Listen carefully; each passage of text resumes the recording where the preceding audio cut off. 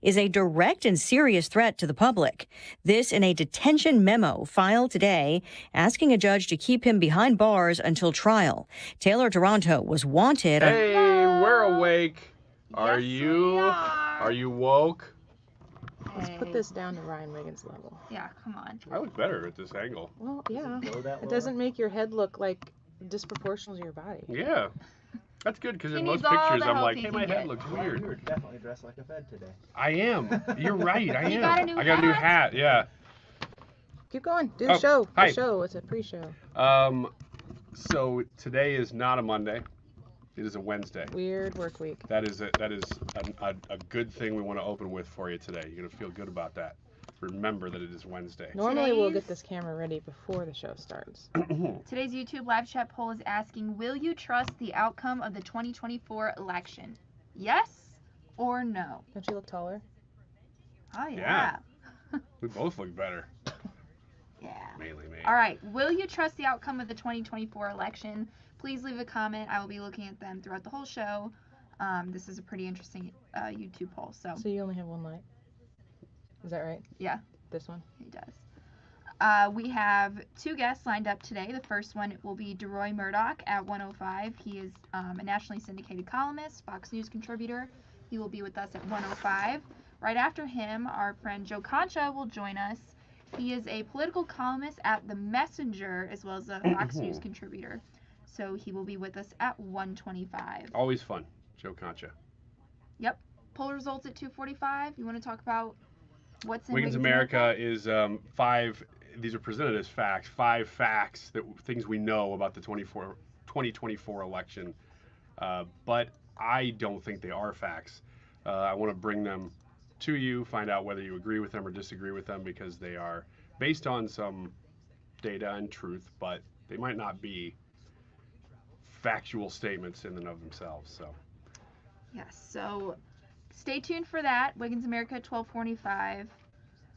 Deroy at 105. Joe Concha 125. Poll results 245. Naturally, since it's the pre-show, I'll say it's going to be a great show. We have a lot in store for Huge. you. We don't say great all the time. We just emphasize how big. big. Big show It's going to be a ahead. big show. 3 hours. I mean, it's going to be a 3-hour show today. And then I meet with Steve after the show. Yeah. We'll find out. And then we don't know. Annie, we're going to take you to 4 hours or 2. We're not sure which. All right. Excited to be on today. Yeah, big poll question election. too. Big election coming up in 2024. Can you wait? I can't. Have you tried Upside yet? Upside? What's that? It's a free app that I use that pays cash back for every gallon of gas I buy. You've got to buy gas to get around anyway. Might as well get paid for it. Come on, does that really add up to anything? I've already made around $200. The extra cash helped pay down my bills, and I even had a little extra left to treat myself. And the Upside app is free? Totally free, and the cash back is real. You can transfer the cash right to your bank account. I'm downloading Upside right now. Download the free Upside app now to earn cash back every time you buy gas. Use promo code OIL to get an extra 25 cents per gallon on your first tank. You can cash out anytime right to your bank, to PayPal, or a gift card for Amazon and other brands. Just download the free Upside app and use promo code OIL for a 25 cents per gallon bonus on your first tank. That's code OIL for a 25 cents per gallon bonus. Stewart's American Mortgage is your go-to when you are looking to make a really, really smart decision with your money and your mortgage. I want to talk to you about a 97.1 listener that Stewie let me know about last week. He sits down with people just like you who have been pursuing trying to acquire the mortgage that they need to get the house that they want or whatever the case might be. And there was a 97.1 listener who heard me going on and on and on about the bagel loan and how the bagel loan is how you get a mortgage, but you don't pay any closing costs. And this listener to this station and to an ad just like the one I'm doing right now reached out to Stewie at 314-324-4440 and said, I need help. I'm trying to get this mortgage acquired. And guess what? Stewie was able to qualify him after he had been turned down by 2 other lenders.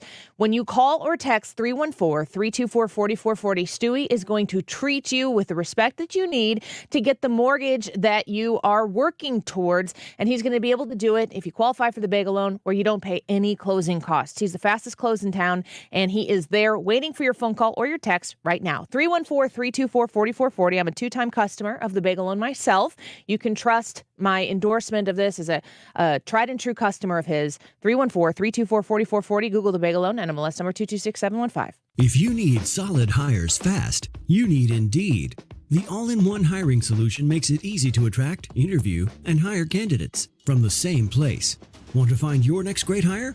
Visit Indeed.com/credit. Join Mosby Building Arts every Saturday from 12 to 1 p.m. on 97.1 FM. Rich Orse and guests give insider tips about renovations, design, construction, exteriors, and more. Tune in to Right at Home with Rich on Saturdays or catch the podcast online.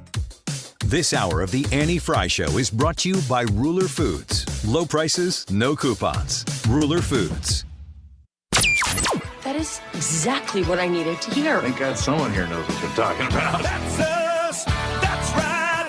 Gotta love this American ride. All right, you need to take the time and get the full picture. Come on, turn the radio on. It's Saturday and I won't be long. Don't get me wrong. I love the ladies. I mean, they rev my engine, but they don't belong in the newsroom. It is Anchor Man, not Anchor Lady. What do you want from me?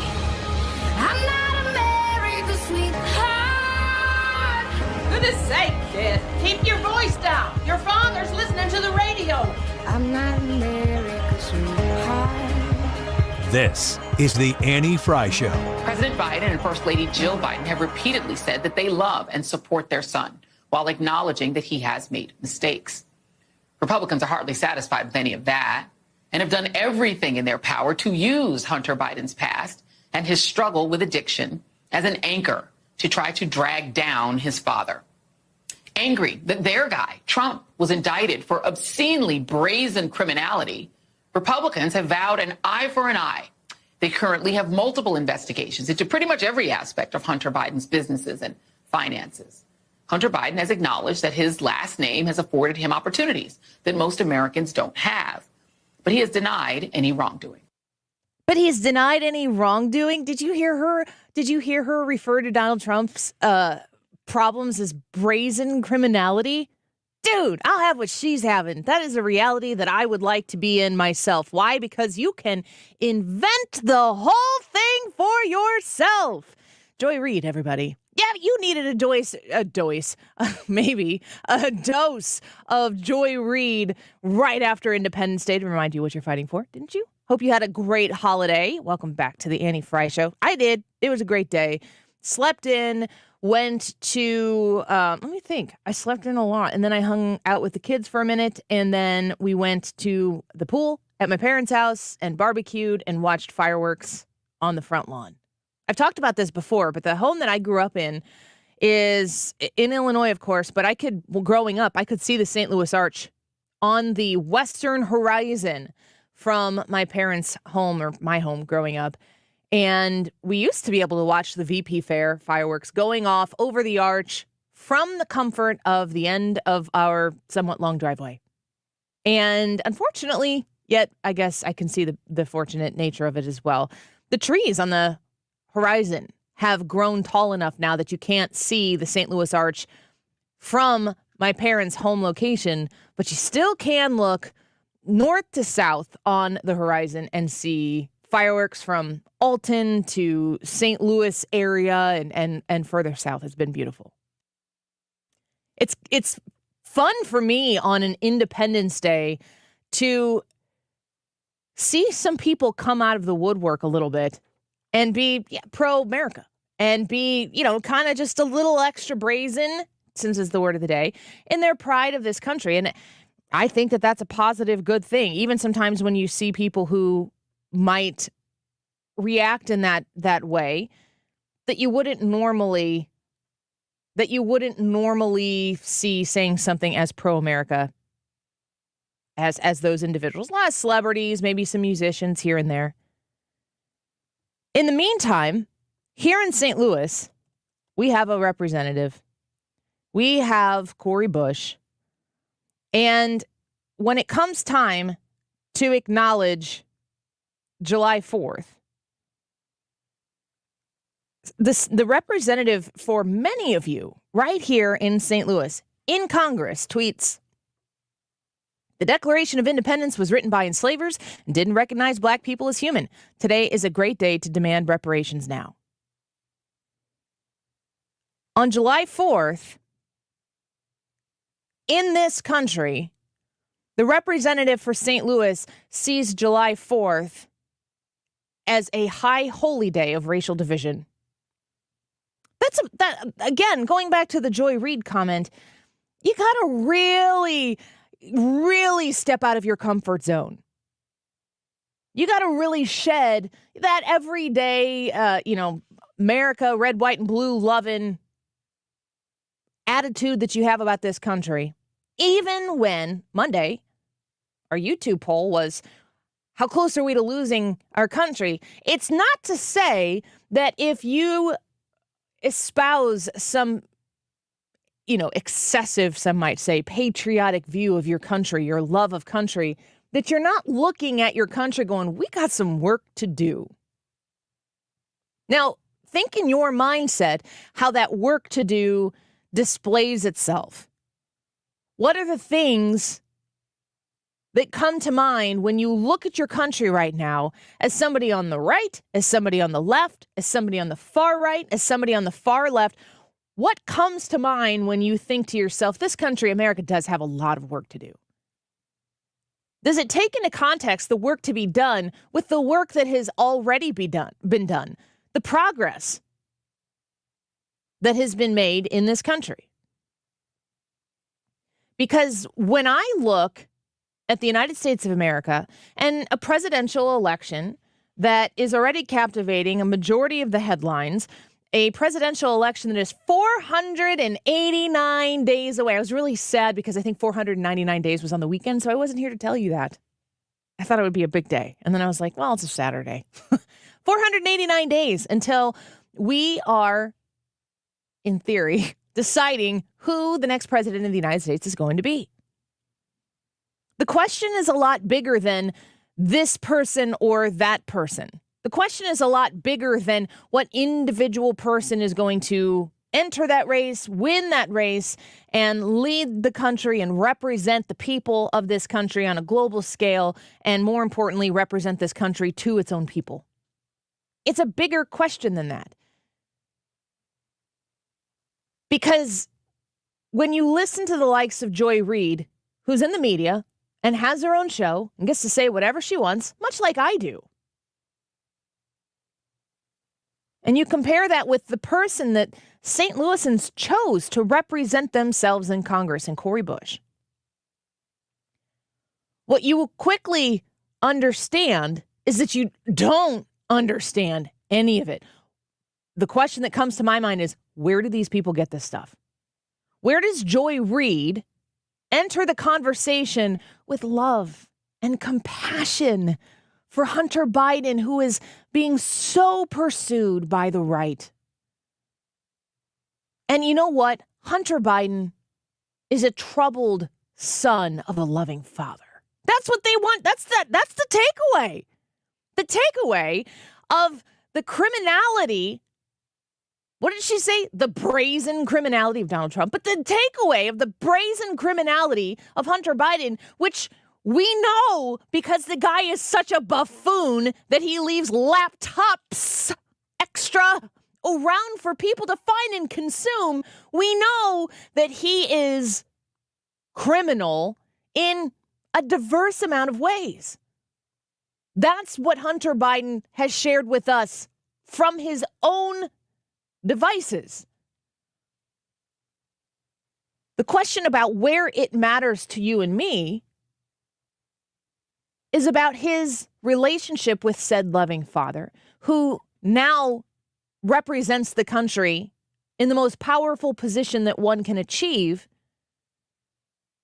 where we know that money was coming into the Biden family on behalf of other countries that are not exactly our best friends with our greatest interest in mind. That is incredibly compelling for further questions, for investigation, because listen, what you are finding out is that there is a lot of evidence suggesting that Hunter Biden and Joe Biden took advantage of you to put money in their own pockets. That is the allegation that is out there with actual substantial evidence from Hunter Biden that makes you go, this doesn't seem right.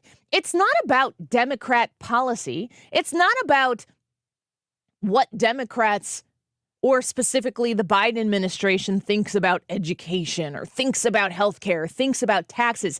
It's about the fact that they took advantage of you, the American individual, and the willingness and the ability for them to achieve and grow power in this country to manipulate you so that they could enrich themselves.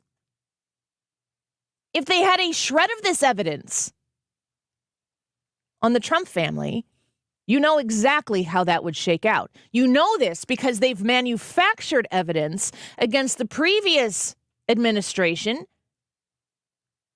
which was then a candidate prior to an election.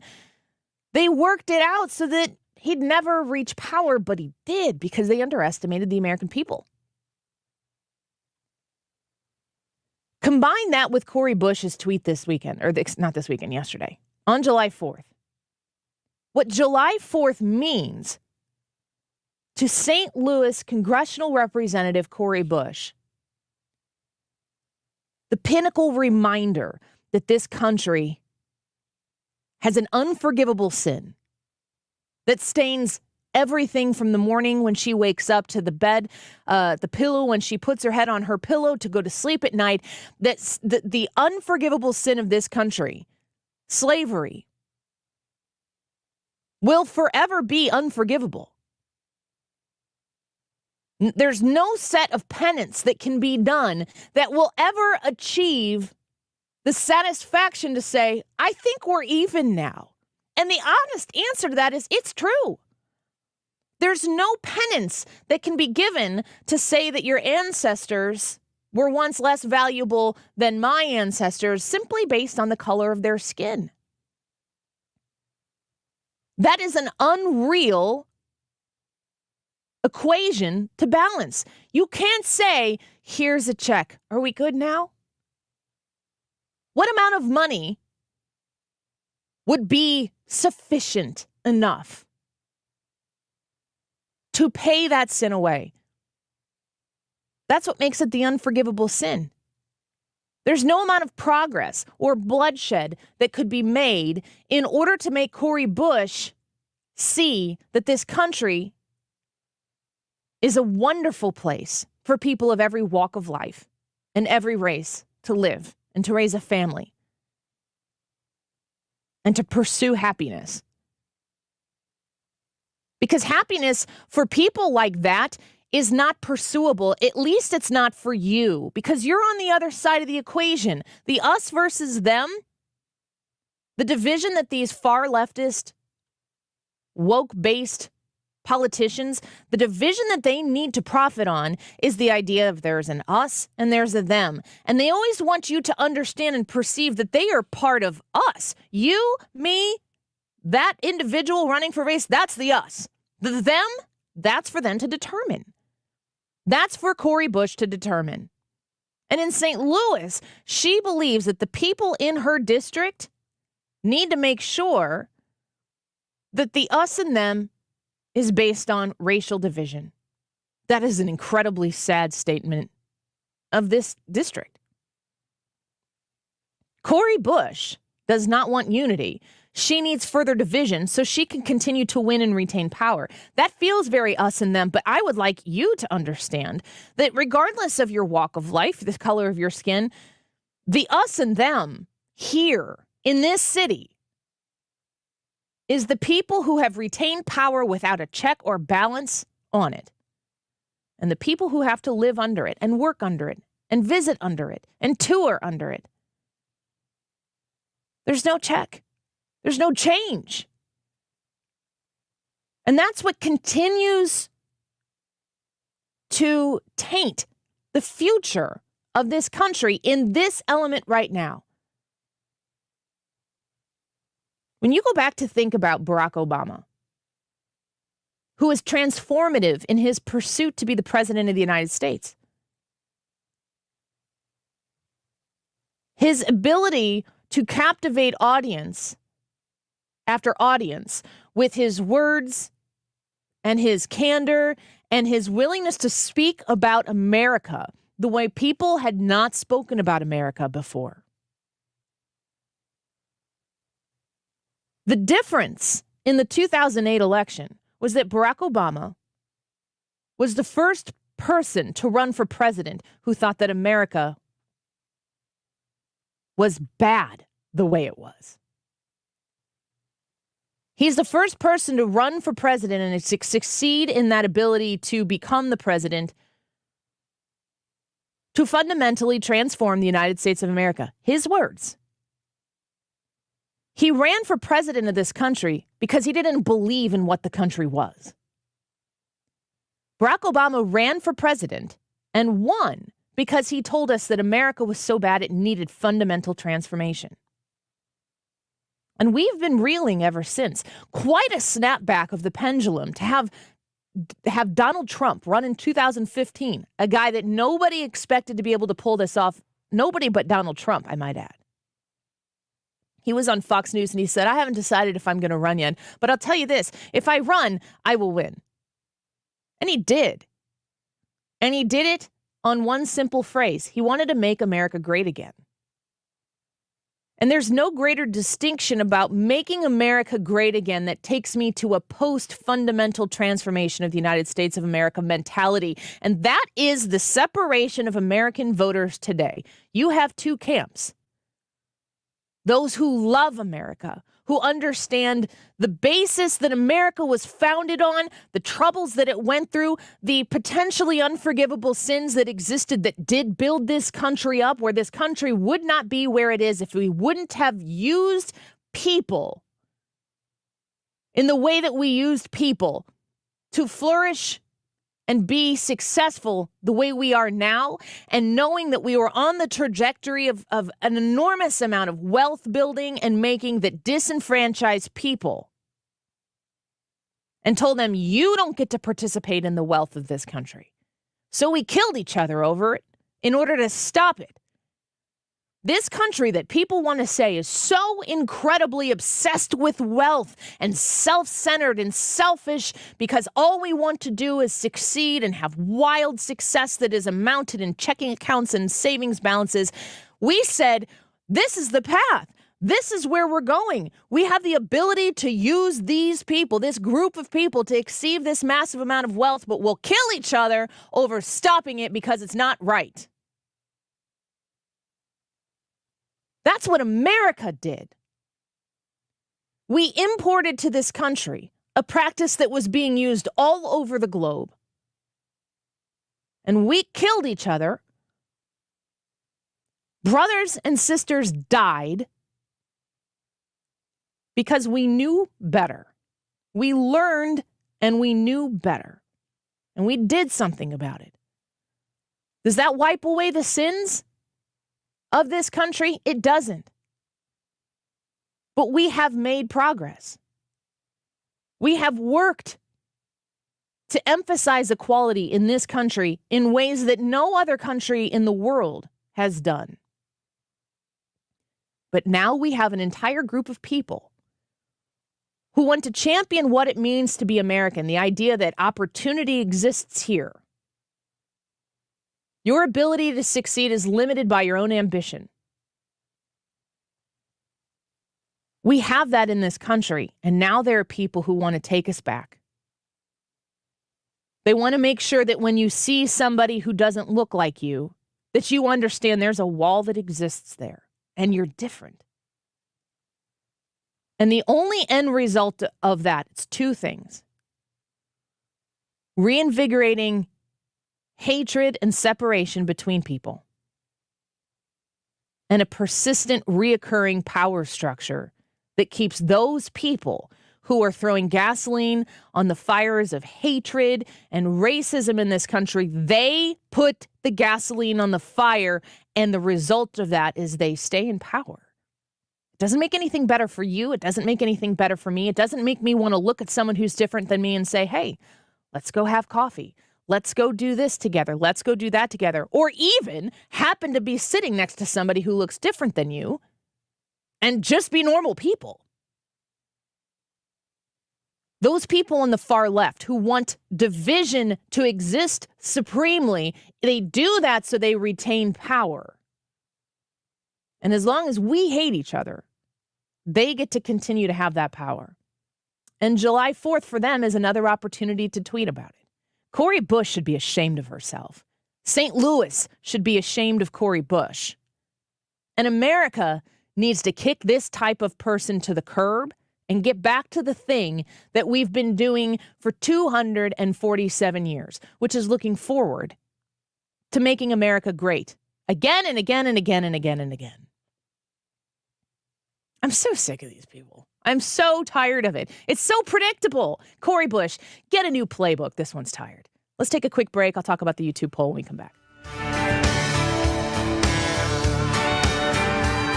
Well, if you ask me where I come from, You're listening to The Annie Frey Show. here's what I tell everyone. Follow Annie on Twitter at Annie Frey Show. In an extraordinary place where the stars and stripes and the eagle fly. Ruler Foods is a way for you and me to save money each time we make a trip to the grocery store. I want you to check out rulerfoods.com because you can easily find a Ruler Foods that is conveniently located to you and your proximity, your business, your work, church, whatever it is. Go to rulerfoods.com and just make a pass. Go check them out. If you go to the store and you walk in, you're going to see how organized the store is, how well kept the store is, and how easy it is to shop and save on basic things that you buy all the time. Just save money. Who doesn't love to save money? Here are some great opportunities to save right now at Ruler Foods. They've got a special on Powerade 28-ounce drinks, 10 for $10. Barbecue sauce, Kroger barbecue sauce, 4 for $5. McCormick grill seasonings, 2 for $4. There are always things to buy in the meat department, in the produce department, even the frozen foods that are going to save you boatloads on your grocery bill. The Frey family shops at Ruler Foods. I'd encourage you to do it as well. You know, if you like saving money, go to rulerfoods.com. If you're hiring, it can feel like you're trying to find a needle in a haystack. You can hope the right person comes along, or you can just use ZipRecruiter. And now you can try it for free at ZipRecruiter.com/radio. In fact, ZipRecruiter has helped a lot of business owners find their needle in a haystack, like Marco, president of operations at Telly Tires and Auto Centers. Because Telly Tires has grown a lot in the last few years, Marco needed to hire everyone from a receptionist to a store manager to a head mechanic. ZipRecruiter helps me find all the right people, even the most difficult jobs to fill. ZipRecruiter helps me keep my business running. Take it from Marco and millions of other businesses who've used ZipRecruiter. ZipRecruiter can help you find the needle in the haystack. See why 4 out of 5 employers who post a job on ZipRecruiter get a quality candidate within the first day. And right now, you can try ZipRecruiter for free. That's right, free at ZipRecruiter.com/radio. That's ZipRecruiter.com/RADIO. ZipRecruiter.com/radio. ZipRecruiter, the smartest way to hire. Hi, this is Brian with Velocity Home Buyers, and I buy houses cash. If you own a house and want to sell it fast at a fair price, call me at 314-782-3333. I can pay cash and close in as little as 7 days. I buy houses in any condition and any price range in the St. Louis area. I'm a private real estate investor who buys several houses a month, and I want to buy more. I buy inherited houses, divorce houses, behind in payment houses. I even buy my tenant won't pay me the rent houses. Do you own a house that needs updating, but you don't have the time or money for it? Great, because I love buying outdated houses. I buy vacant houses, job relocation houses, and foreclosure houses.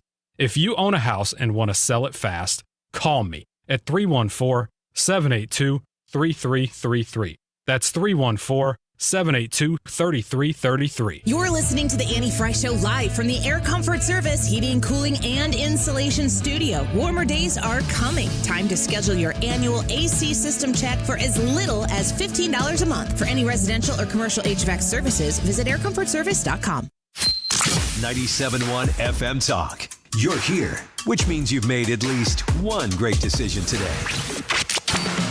St. Louis is home for conservative talk. This is 97.1 FM Talk.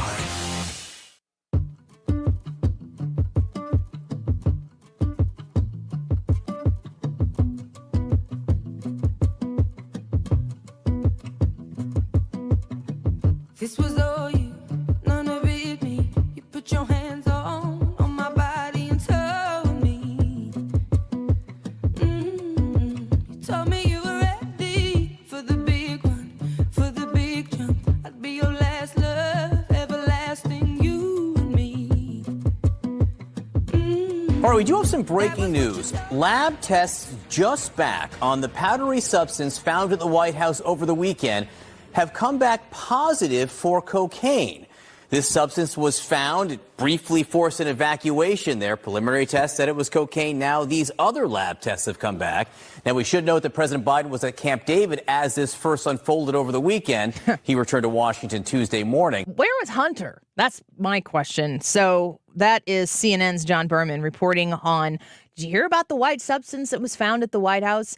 And that's kind of a big deal. If there's white powdery stuff hanging out at the White House, you're going to be going, excuse me, what is this? Is this dangerous? I remember anthrax scares quite a bit in the George W. Bush administration when after 9/11 and everything. So you got to take that stuff seriously. And then it's Coke. Okay.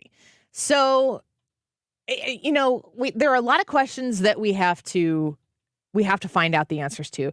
What was the location of the cocaine? Who has access to that location? Is it Hunter Biden? Those are basically the three things that we need to know. The first two would eliminate or really emphasize the possibility that it is Hunter Biden. If Hunter Biden had cocaine in the White House, stop for a second. I know the question you think I'm going to ask. I'm not going to ask that question. Here's the question I'm going to ask. Are you surprised? What is it news that Hunter Biden would have cocaine in the White House? How have you avoided the laptop pictures if you haven't seen them? Yeah, I have no idea. I just assume that if Hunter is there, cocaine is there. Right? He says he doesn't do it anymore. He's going to relapse. And I heard Dr. Siegel on Outnumbered today saying that the White House could use this as an opportunity to talk about how cocaine, especially with people working at home, has been a coping mechanism for a lot of people. And it's something that people can use to medicate a level of anxieties that have existed after we've been in a pandemic. And if you've spent a lot of time at home, maybe you've been able to have access to and a schedule that provides you the opportunity to try and do things like cocaine. There's that angle. Everybody's got an angle. But if Hunter Biden had cocaine in the White House, I'm not surprised by that. I'd actually kind of be surprised if he didn't. Yeah, that's the real question. I know the speculation's out there. They're like, well, it was found in this area, and there's guests that possibly have access to it or whatever. Possibly. We don't know. But the other side of that is they have security cameras all over that White House. They have to. So they're bound to find out whose it was. Just seems like a lot of unforced errors in the Biden administration. And then sometimes I feel like there are such big issues at hand, big real things that we need to talk about and be on and pressing on, that maybe these unforced errors take up a lot of the oxygen in the room and we end up not talking about it. I wanted to read this report here from the Daily Caller by Michaela Burrow. I don't know if any of you heard this before, but we're talking about what Cori Bush in the last segment, what Cori Bush decided to do to acknowledge Independence Day, July 4th, big important day in United States history, genesis of it. And if you were paying attention to what the United States Navy posted, this is from, I'm just going to read from the Daily Caller here real quick. The image showed the silhouette of a saluting soldier in the foreground and the words, Happy 4th of July. That sounds good. Yay, Navy. I'm a big fan of the Navy. Appreciate the people who are deciding, especially in this climate, to step up and serve this country. Incredibly grateful for them. A saluting soldier in the foreground and the words, Happy 4th of July, with a silhouetted warship loomed in the background and 5 fighter jets flew in V formation. toward the top edge of the graphic. That sounds fantastic. God bless America. Here's the problem, though. It was imposed over a faint rendering of a waving U.S. flag. Blake Herzinger, a defense researcher at the University of Sydney and a Navy Reserve officer, spotted the error and gave accolades to those of his followers who correctly identified that the assets that were featured in the image were Russian. What are we doing? I saw that. Russian ships and fighter jets. He wrote, U.S. Pacific Fleet don't post Russian ships and aircraft on Independence Day. Challenge 2023 failed. Whoops. It's not a big deal, but it is a mistake. I sarcastically tweeted out, maybe the person who did this, do we know the gender and identity of the person who did this? Maybe this was Brave. I don't know. I don't know if that matters. Can we get the ships right in the Navy? The ships in the airplane. I mean, if the Air Force is like, hey, let's put something out and make it look like it's the Navy, and then you put Russian ships in to make the Navy look stupid, that makes sense to me. If the Army is like, look at these yahoos over in the Navy not even getting their ships right, I understand that. It's kind of funny. This is like a big whoopsie. It's not consequential. I don't think that Russia is going to attack us with their ships because of this meme, but let's get the basics right.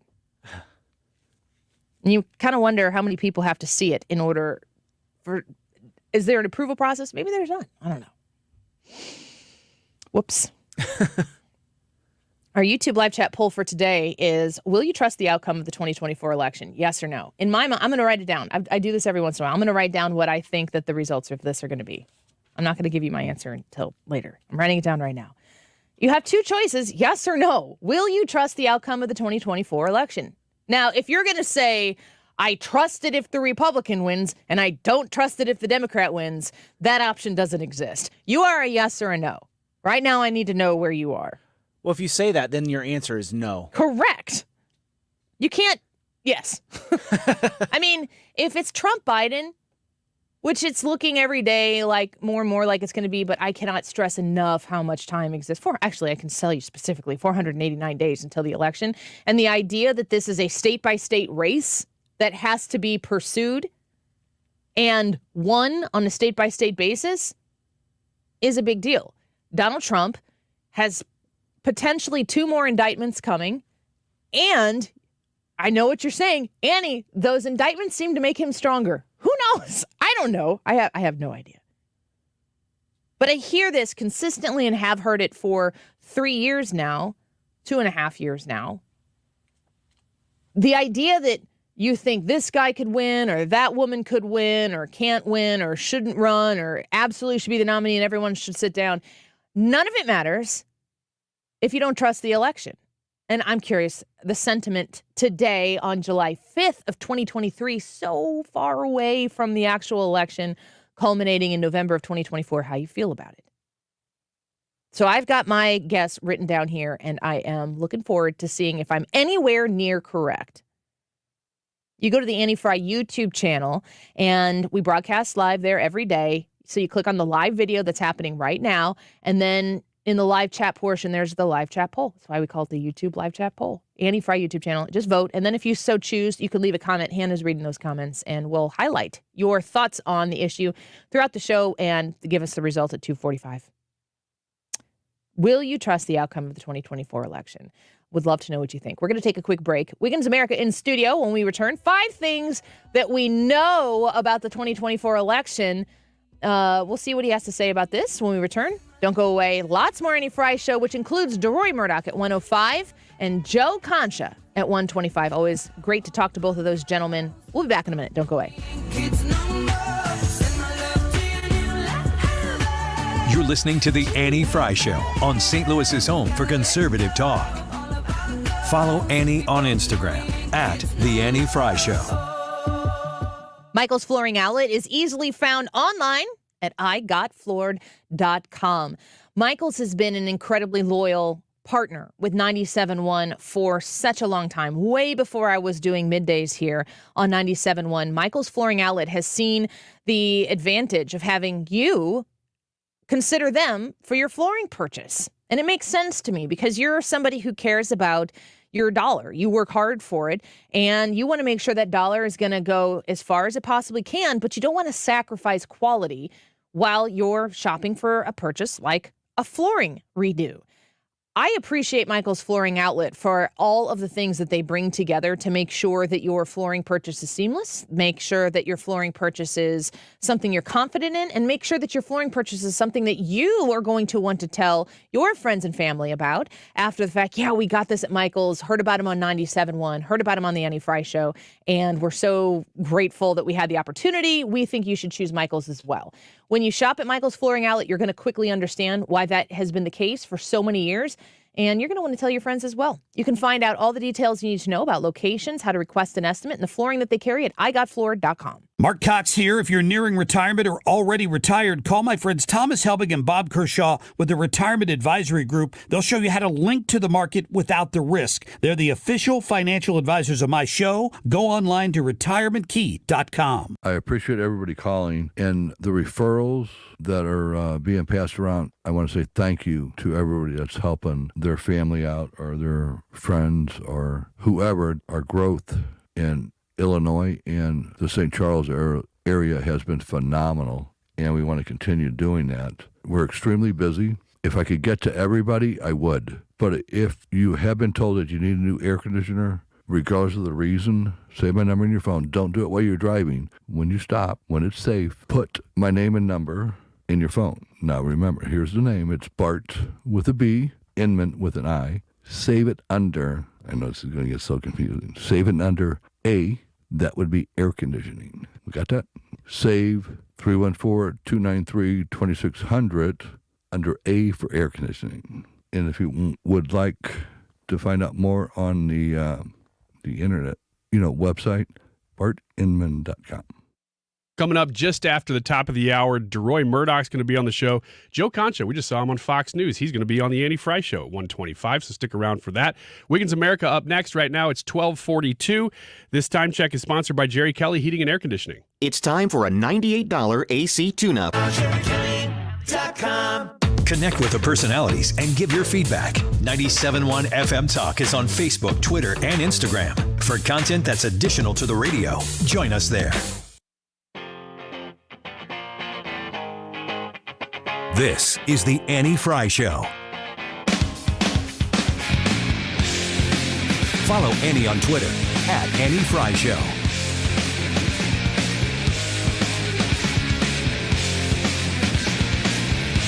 All right, Wiggins, here we are now. Entertain us. Dun, dun, dun, dun, dun, dun, dun, dun, dun, dun, dun. It's July 5th and the fireworks were lots of fun last night. Wiggins! Oh, Wiggins! There's just nothing that I can say that you're not prepared to respond to. I just quote Nirvana. Is that Nirvana?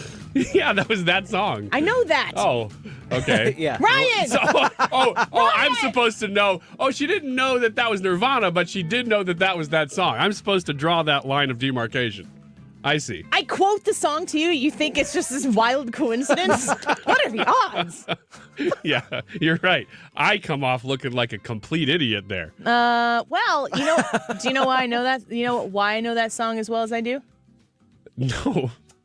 Because it was one of the songs covered in Moulin Rouge. That song's in Moulin Rouge? Really? Have you ever seen Moulin Rouge? No. Oh my gosh. I would think you, as somebody who would, do you have a aversion or a liking to good musicals?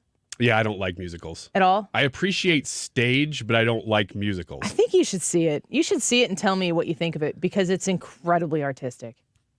I'm sure it is. Incredibly. Oh, look, I have respect for people performing live musicals. Ewan McGregor sings but all his songs. Man, I love me I just don't like some Christian from Moulin Rouge singing Ewan McGregor.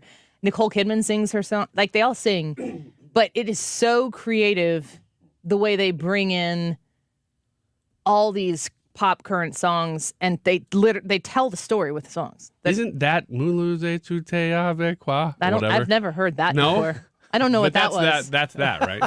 Lady Marmalade. Yeah. Sing that again. You sound like you're going to sneeze. I am. Once again, it's July 5th. I just want you to Allergy know that season. my quoting of Nirvana was better than yours of Christina Aguilera. That's fine, Mhm. and I can accept that. Mhm.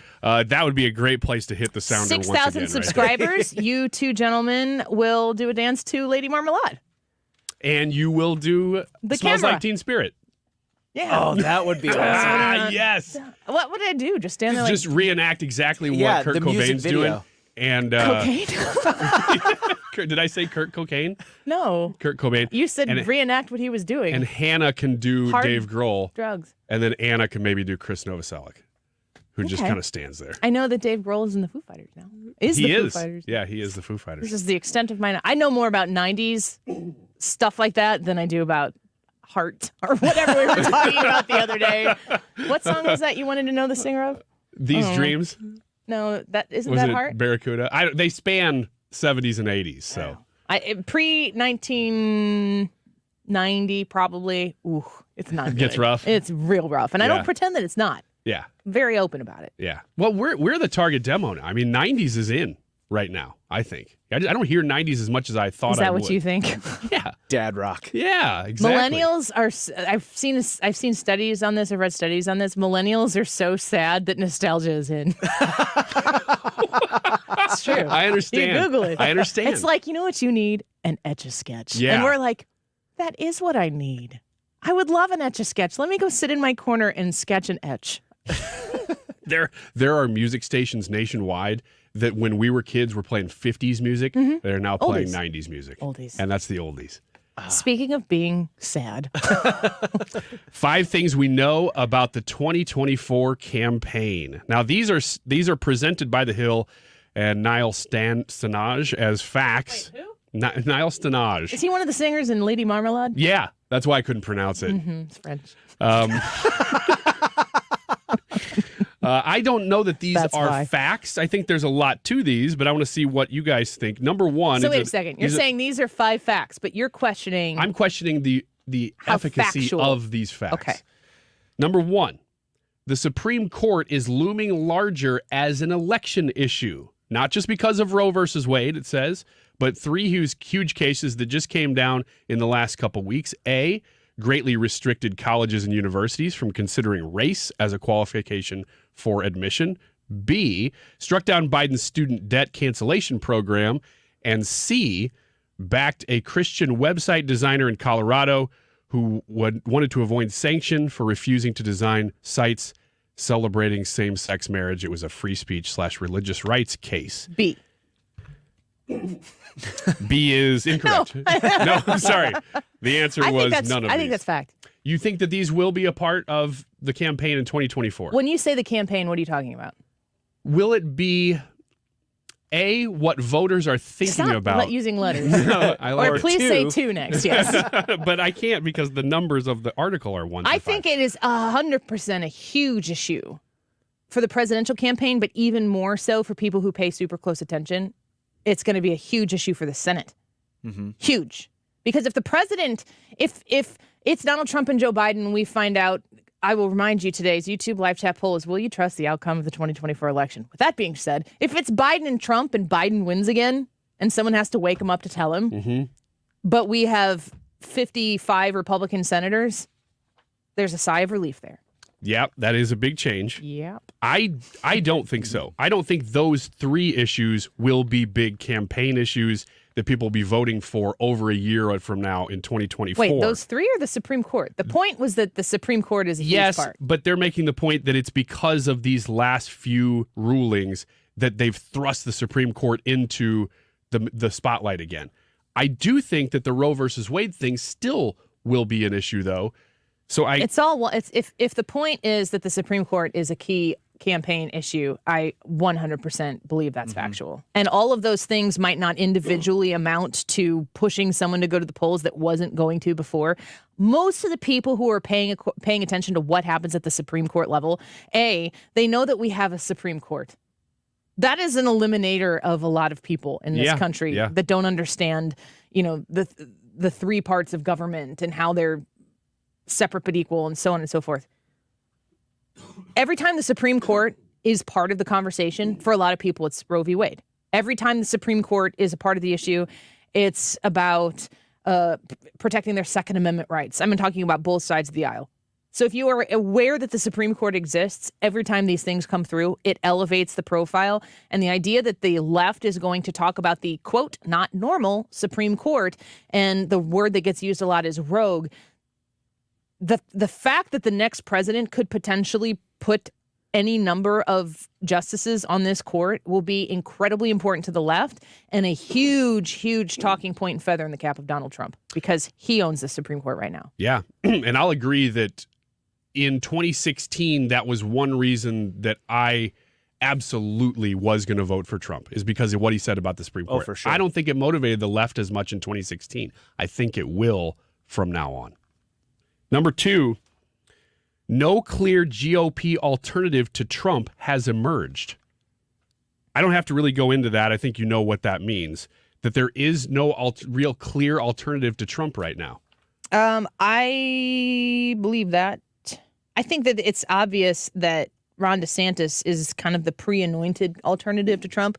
He has not so far pushed through the polls.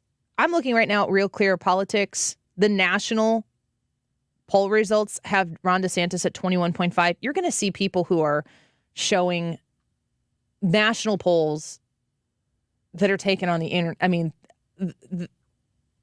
if you're hearing from a poll about a campaign, this is what I'm going to tell you. Any campaign. If the campaign is showing you a poll, throw it away. If you seek out a poll and you're doing it on your own research and you're trying to figure out who's in it, then I would put some value in it. Ron DeSantis has a fifth of the Republican Party support right now nationally. Folks, national polls don't matter. It matters what happens in Iowa and South Carolina and New Hampshire and all of these early states, because that's when momentum builds. What you know now versus how it will transform. And I cannot stress enough how many people privately on one-on-one occasions tell me that they would probably support DeSantis over Trump, but they don't have any hatred towards Trump or dislike. They just don't know that he can win. A lot of people equate voting for Ron DeSantis as a vote in support of Donald Trump in a winnable fashion. But my point, Ron DeSantis in this national GOP poll on RCP, Ron DeSantis has over a fifth of the votes in the national poll. Donald Trump still has 52.4%. Donald Trump has only convinced half of the people that he's the guy. And we have a body of work behind what Donald Trump's presidency might look like.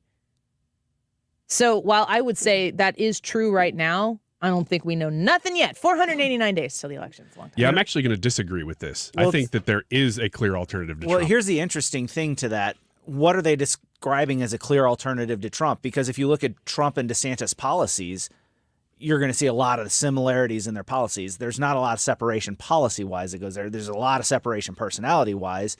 But at the same time, is there really a clear alternative that isn't of the Trump ilk that would have a chance at winning the GOP? Yeah, and number 2 really bleeds into number 3, so that may answer your question. Number 3 is DeSantis has been underwhelming so far. The evidence that they give is DeSantis is almost 6 weeks into his campaign, and his launch on Twitter Spaces was supposed to be this innovative disruptor. It was glitch-ridden. That doesn't really reflect on him, but I think I don't subscribe to the idea that his launch was a fail. I thought it was actually pretty awesome. It goes on to say that DeSantis is never the most natural of political campaigners. He seems a little bit awkward on the stump, but his biggest problem is what you just said, that the polls are not supporting that he's capturing the imagination of GOP voters. I don't think he's broken through yet. Yeah. I think that there's still a lot, and you know how like in grade school when you would run through the paper before a big basketball game, I feel like everyone knows DeSantis is behind the paper and he hasn't run through the paper yet. I hope that when he runs through the paper explodes and he runs out and the crowd goes wild and not like, oh, we used the really tough paper this time. And he just goes, boom. Somebody's still back there. Yeah. Who is that? Run harder. Huh. Yeah. Number 4, Democrats don't have a good answer to the question of Biden's age. President Biden is already the oldest president in history. If he won a second term and served it to its conclusion, he would be 86 when he left office. The fact is that Democrats don't have a good answer for Biden's age. Yes. to the question of Biden's age. I think that when you look at what the Democrats say to that, they immediately go, Donald Trump would be a disaster. That is their answer. They're like, we would rather have anybody or anything before we would have Donald Trump. And that is literally good enough for voters. Yeah, and it's a deflection because I really think, as much as I want to get into the political nerdery stuff, that issue that Biden looks so old and incompetent and really looks like he's struggling, that issue may affect voters more than almost anything else. Unfortunately, I'd love for it to be policy, but I think that really will have a big impact. It'll have an impact, but I don't know it's going to be as big of an impact as you think it's going to have. I'm kind of with Annie on this one. People have really dug their heels in on Donald Trump, and they don't care how old Joe Biden is. They just don't want to have Donald Trump in office. Some certainly have. Last one on the list before we get to the top of the hour here. Indictments aren't hurting Trump with the GOP base. He's been impeached twice. He's been twice indicted now, yet he's still the crystal clear front runner for the nomination. But his legal troubles are still developing. They acknowledge that, but they say so far it really hasn't done much to hurt him. Agree or disagree? Agree. The people shouting for Donald Trump in the room are shouting louder. Yeah. I don't know that more of them are. Yeah. We have people commenting on here. Jacob says, I'm a diehard Trump fan, but I really hope DeSantis gets the vote. Interesting. Jacob, you and so many other people who I talk to, and I'd be happy with either of them if they won. You just got to win. We cannot vote for a vegetable over Trump because we would just prefer vegetables. Nobody prefers vegetables, ever. No, never. Asparagus are okay, but he would be asparagus.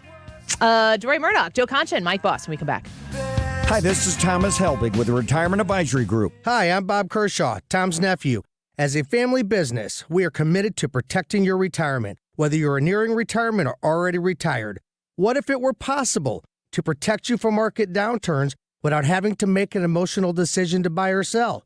What if you could take advantage of a strategy that would automatically take you out of harm's way during the bad years and position you for the growth opportunity during the good years?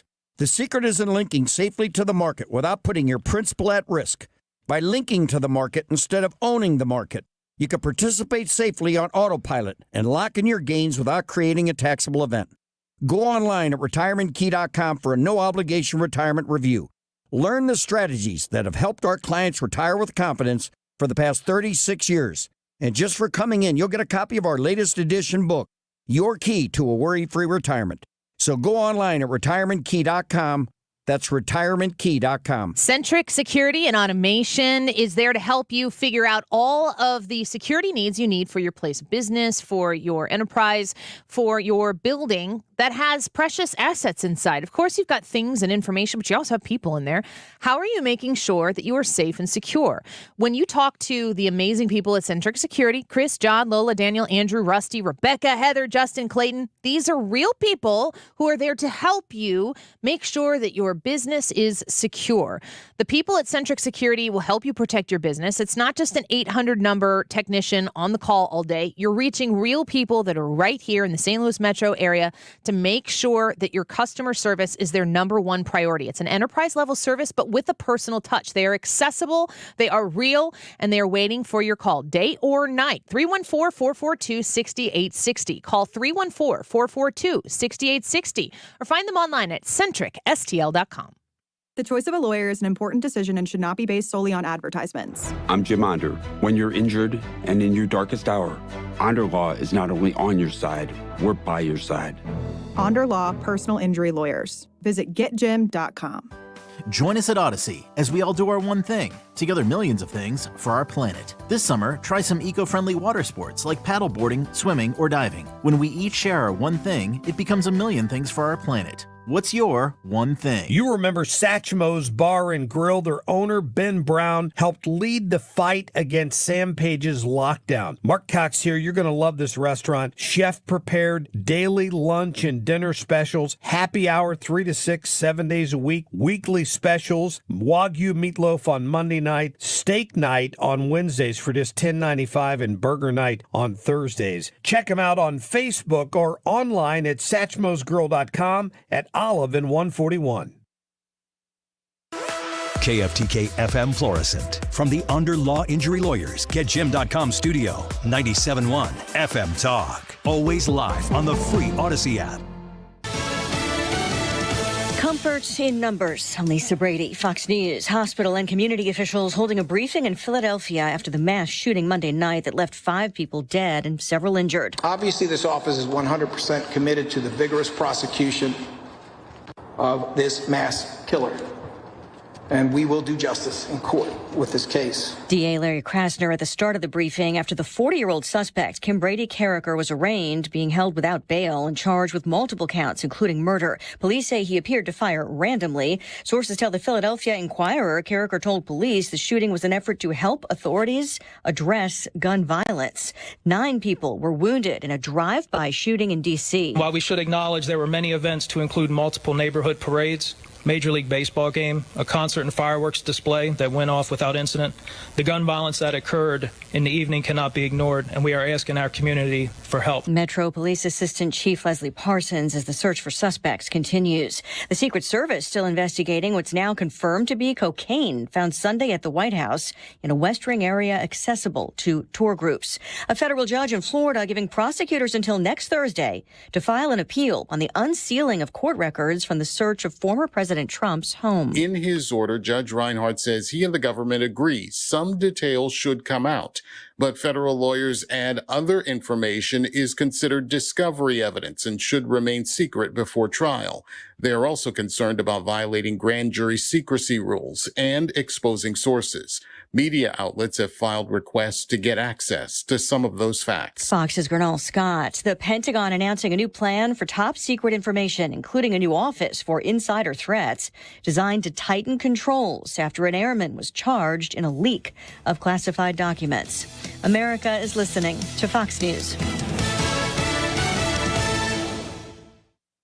These statements have not been evaluated by the Food and Drug Administration. This product is not intended to diagnose, treat, cure, or prevent any disease. What's up? I'm tired of feeling so bloated. That used to be me. Then I got this. Align Bloating Relief plus Food Digestion. A probiotic, right? Yeah, it works naturally with your gut to help soothe occasional bloating and gas. Plus, it has vitamin B12 to aid digestion by helping convert food to cellular energy. 2 benefits, 1 capsule. Align Bloating Relief plus Food Digestion from the #1 doctor-recommended probiotic brand. Get $2 off at AlignProbiotics.com. When you get nachos, tacos, empanadas, spicy queso with jalapenos, Pepto-Bismol's there. Pepto-Bismol provides fast, effective relief from nausea, heartburn, indigestion, upset stomach, and diarrhea. All the things that can happen unexpectedly on vacation. So before you travel, pack the Pepto. Pepto-Bismol. When you have nausea, heartburn, indigestion, upset stomach, diarrhea. Use as directed. Keep out of reach of children. Air Comfort Service, heating, cooling, and insulation, weather. Chief Meteorologist Dave Murray. Changeable skies going through our Wednesday afternoon with scattered rain and thunderstorms. Kind of humid. 95 will do it for the high, but we get under a thunderstorm, we'll cool back into the 80s. Tonight, periods of rain and thunderstorms around until midnight. 68 Thursday, partly sunny, cooler, but still a chance of a couple of scattered thunderstorms. 85. We're going down to 62 Thursday night. This is 97.1 FM Talk. Chief Meteorologist Dave Murray. I'm Eric Robert with Stifel. The economy is always changing, but what does it mean for your investments? Join me and fellow Stifel financial advisor Bob Stockdale during On the Money, Saturday mornings from 11 until noon on 97.1 FM Talk. Stifel, member NYSE and SIPC. If you're as thankful to your first responders as we are, then nominate a local department and let us feed them a great meal. Compliments of Grill Master Tony Stone. Mark Cox here. Visit 971talk.com/contests. Help us feed our first responders. You can nominate someone today. STS Armory is the go-to place for the Frey family, extended Frey family, and for anybody who is looking to purchase a firearm. The experts, I can't stress this enough, when it comes to purchasing one or learning more about having and owning and operating and concealing and carrying, and in the state of Illinois, all of the crazy rules that they have in place, the FOID card, all of this. You go to STS Armory, you can walk in and know nothing, or you can know everything, including exactly what you're looking to purchase. And they are the people for you. Katie, Jesse, the whole staff at STS Armory, they are confident in their ability to guide you through your process of exercising your Second Amendment rights. And we have made multiple purchases through STS Armory. They have all been fantastic. They have other things other than just firearms or ammunition there. We've purchased a gun safe that I keep near me in my home so that I have my handgun easily accessible in the event that I would need it, but it's also safe and protected from my kiddos that are in the house. I want you to understand that they respect you when you walk in, no matter what kind of knowledge or experience that you have, and they offer classes for people who are brand new beginners, including firearm safety for kiddos that are in the house and anybody who needs that very entry-level knowledge, up to instructor-level classes as well. 618-931-GUNS, 618-931-GUNS. You can find them online at sts-armory.com. I'm Missouri Attorney General Andrew Bailey. Human trafficking is occurring right here in Missouri. You can help combat it by learning the signs of human trafficking and reporting suspicious activity to law enforcement. Victims may appear malnourished, show signs of mental or physical abuse, or avoid social interaction. If you're a victim or know someone who needs help, contact the National Human Trafficking Hotline at 1-888-373-7888 or text the word HELP to Be Free. Together, we can fight human trafficking in Missouri. Brought to you by the Missouri Attorney General's Office. You're listening to the Annie Frey Show live from the Air Comfort Service Heating, Cooling, and Insulation Studio. Air Comfort Service is proud to support Greater St. Louis Honor Flight. Sign your veteran up for the Honor Flight today at gsl.honorflight.org. And for heating services, visit aircomfortservice.com. This hour of the Annie Frey Show is brought to you by Ruler Foods. Low prices, no coupons. Ruler Foods. That is exactly what I needed to hear. Thank God someone here knows what they're talking about. That's us. That's right. Gotta love this American ride. All right, you need to take the time and get the full picture. Come on, turn the radio on. It's Saturday and I won't be long. Don't get me wrong. I love the ladies. I mean, they rev my engine, but they don't belong in the newsroom. It is Anchor Man, not Anchor Lady. What do you want from me? I'm not America's sweetheart. Goodness sake, kid. Keep your voice down. Your father's listening to the radio. I'm not America's sweetheart. This is the Annie Frey Show. Really, one of the core issues here is when and how often and to what degree can a government agency, and specifically the White House or maybe the Surgeon General or some other government agency, to what degree can they contact a private social media company and put some pressure on to advance their message? What if it is vaccinations, the importance of vaccinations? And to what degree can there be consequences for the company not doing what the White House wants? If there's one thing that we've learned since Elon Musk purchased Twitter, is it not the gross overreach and involvement that the federal government has had in our ability to communicate on these platforms? That was Danny Cavallos, I hope I'm saying that right, on MSNBC. Listen to Ryan Riley on MSNBC. Yeah, I mean, so it basically has some limits on what exactly the FBI, I think, most essentially is able to do. And I think that, you have to take a step back and acknowledge what the reality is about how the FBI has been interacting with this. And just look at January 6th itself, for example, right? It's not as though the FBI has been going in and saying, hey, take down this post, hey, take down this post. That's what they're alleging, but there's just not a lot of evidence to support that. And basically, we've had a situation where some politicians are making any contact between social media companies and the FBI or law enforcement seem problematic in some way. When I combine all of these topics, election, confidence that people have in election, January 6th, of course, is a huge issue, the Hunter Biden laptop, all of the different ways that we have seen, COVID, the whole schmo of the pandemic. It's impossible to go back to before these discussions were micromanaged by the federal government and think if it wouldn't have happened, if our conversations wouldn't have been manipulated, if there were not people who had been shadow banned on social media, how different would the world be right now? How different would the country be right now?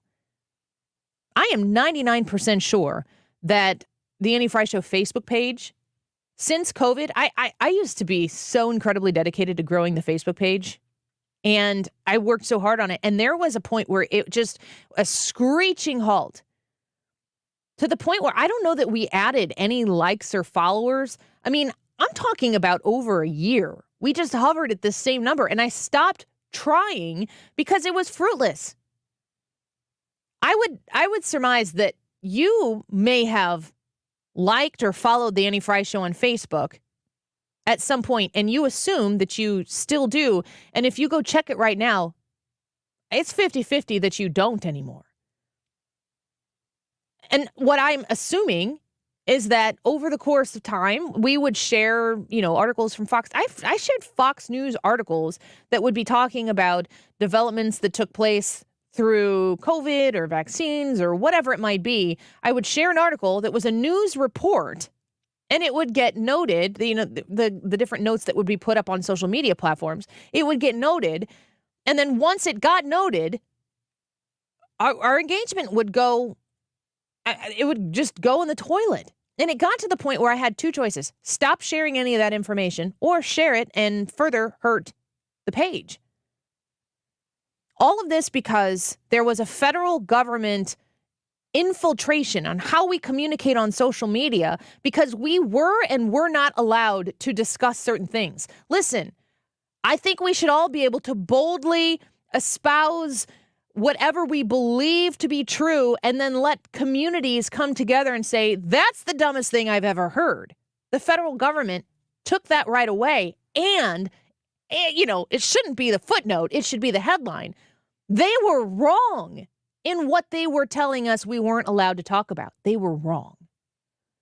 This lawsuit, which, again, involved the state of Missouri, proud of the Attorney General Andrew Bailey there, making a huge difference and quite an interesting ruling to come down on Independence Day of all times. Let's speak to our next guest. Deroy Murdock joins us, nationally syndicated columnist and Fox News contributor. Deroy, welcome back to the show. Quite a ruling that we heard yesterday on July 4th of all times about our rights to free speech. Yeah, you're absolutely right about that. This is an amazing decision by Judge Doughty, I think is how you'd say his name, in Louisiana. And as you say, your Attorney General and the Attorney General of Louisiana both sued, and the decision came out yesterday on the 4th of July. And basically he said that this operation that the White House and Biden administration were running to contact people in the Silicon Valley and tell pressure Twitter, Facebook, Google, et cetera, to block access to articles, to deplatform people, to say that certain things are disinformation or misinformation, and therefore making it impossible for people to read what people had to say, getting in touch and saying, okay, this Twitter post needs to be taken down, and they vanish a few minutes later. This is pure censorship, and the judge described this essentially as like an Orwellian ministry of truth, and I think it puts it exactly right. And I like the point you made earlier. Look, anybody ought to be able to go on any website and spout whatever misinformation you want and say that COVID was started by the Loch Ness Monster and the vaccines were created by Bigfoot and unicorns are there to deliver radioactive soup as a treatment against the common flu. All right, great. All right, say that, and then you can have a whole bunch of doctors and radiation experts and other people saying you're crazy, you're stupid, or or maybe radiation works. I don't know. And you debate this, you discuss this. The idea that government's going to come and say, "Oh, that's disinformation. You can't say it." The First Amendment doesn't give you the right just tell the truth. It gives you the right to get up and spout nonsense if you want to, and people say, okay, that's ridiculous. The Earth actually isn't flat. There is a flat Earth society. They have every right to have a meeting every once a year or whatever. And I want to know who those people are. I wish they'd wear shirts. They might be fun people. I don't know. And let them get up and say what they want, and other people can go and show them what a globe looks like and say, look, is the globe flat or is it round? Case closed. But the idea that the government is going to be decide what is information, misinformation, or disinformation, and then come in and say, okay, if we disagree with you, we're going to stop you from expressing yourself. This isn't Cuba. This isn't Venezuela. This isn't the old East Germany. But I don't think the Biden administration is aware of that. Maybe I'm glad this judge tried to straighten them out on that very simple fact. Deroy, do you feel like common sense is maybe making a comeback in our country right now? I was talking with some friends over the fourth holiday, and there's a sentiment to me that the initial movement of tolerance we'd have those bumper stickers. They'd say like tolerance or whatever and coexist and all of that. And the idea is, hey, listen, there are people out in the world that are not like you. Get over it. That's basically the summation of it. And then it turned into acceptance, and then it turned into virtue signaling, where you have to tell everybody every day, everywhere you go, how you feel about them. Otherwise, you're the worst opposite of that particular thing. It feels like common sense is coming back and making a little bit of a comeback. And it's rulings like this that make me feel like maybe it stands a chance. Yeah, this is encouraging. I think the response we've seen to all this transgender stuff, the boycott of Anheuser-Busch, certainly St. Louis company, it's obviously having quite an impact on your community. It's been rough. Target and Kohl's, I think Anheuser-Busch, Target, and Kohl's together, since all this adventure in transgenderism in which they've gotten involved as of April, they've lost something like 28 million, not million, they wish a million, 27 or 28 billion with a B, $1 billion in market capitalization, with people turning around and walking away from these companies. The company that makes the bottles for Bud Light just laid off 600 people a couple days ago because they just don't have the demand to keep these people on anymore. And so I think at some point people are probably, CEOs are saying to themselves, this whole business of just running out and embracing every left-wing cause that comes along, just they can pound their heads and pound their chest and feel good, costs them a lot of money, and they're real serious economic consequences. So I think that probably is opening some eyes. And then certainly at the individual level, the idea of used to be, okay, live and let live, you do your thing, I'll do mine thing, fine, most people get along with that, but now it's gone to where you have to have all this stuff introduced in your corporate boardrooms, and then it's got to be part of your human resources discussion at the work, and now it's part of your sons or daughters' curriculum not in high school or junior high, but down in 4th, 3rd, 2nd, 1st grade. Yeah. And you have first graders doing drag queen story hours. They did it at an elementary school in Philadelphia last fall, and I'm sure many others. And people say, you know what, the time out, you blow the whistle and say, ridiculous, that's enough, you draw the line. And I think people have done that, and a lot of this stuff is now you're seeing a big kind of impetus against a lot of this nonsense. Well, let's talk a little bit about what's working against common sense. There's a woman in St. Louis. She's a nurse. She's an activist. She refers to herself as an organizer, a mom, and a pastor, but she's also a congresswoman. Her name is Cori Bush. And yesterday, on July 4th, this is what she tweets. The Declaration of Independence was written by enslavers and didn't recognize black people as human. Today is a great day to demand reparations now. Deroy, you're a black American. You see Cori Bush, unfortunately, our representative here in the district that I'm sitting in. What do you think about a statement like that? Well, first of all, condolences on having Cori Bush as your congressman. That's rough stuff. That's Received. Terrible. Thank you. Yeah, there you go. Good luck with that. And yeah, what an incredibly awful and terrible and divisive comment to make, especially on the 4th of July. I mean, look, we all live here. We're all in this country. We love this place. We want the best for it. And wallowing in the things that this country got wrong over the centuries doesn't get us anywhere. It doesn't mean we ignore history, but also doesn't mean that we sit there and we just sort of self-flagellate over these things. And there were people in the Declaration, in the Continental Congress, who drafted and signed the Declaration of Independence, who were not slaveholders. Some of them were, many of them were not. They created a system where we were able to challenge slavery and get rid of it, which we did. We fought a civil war over this.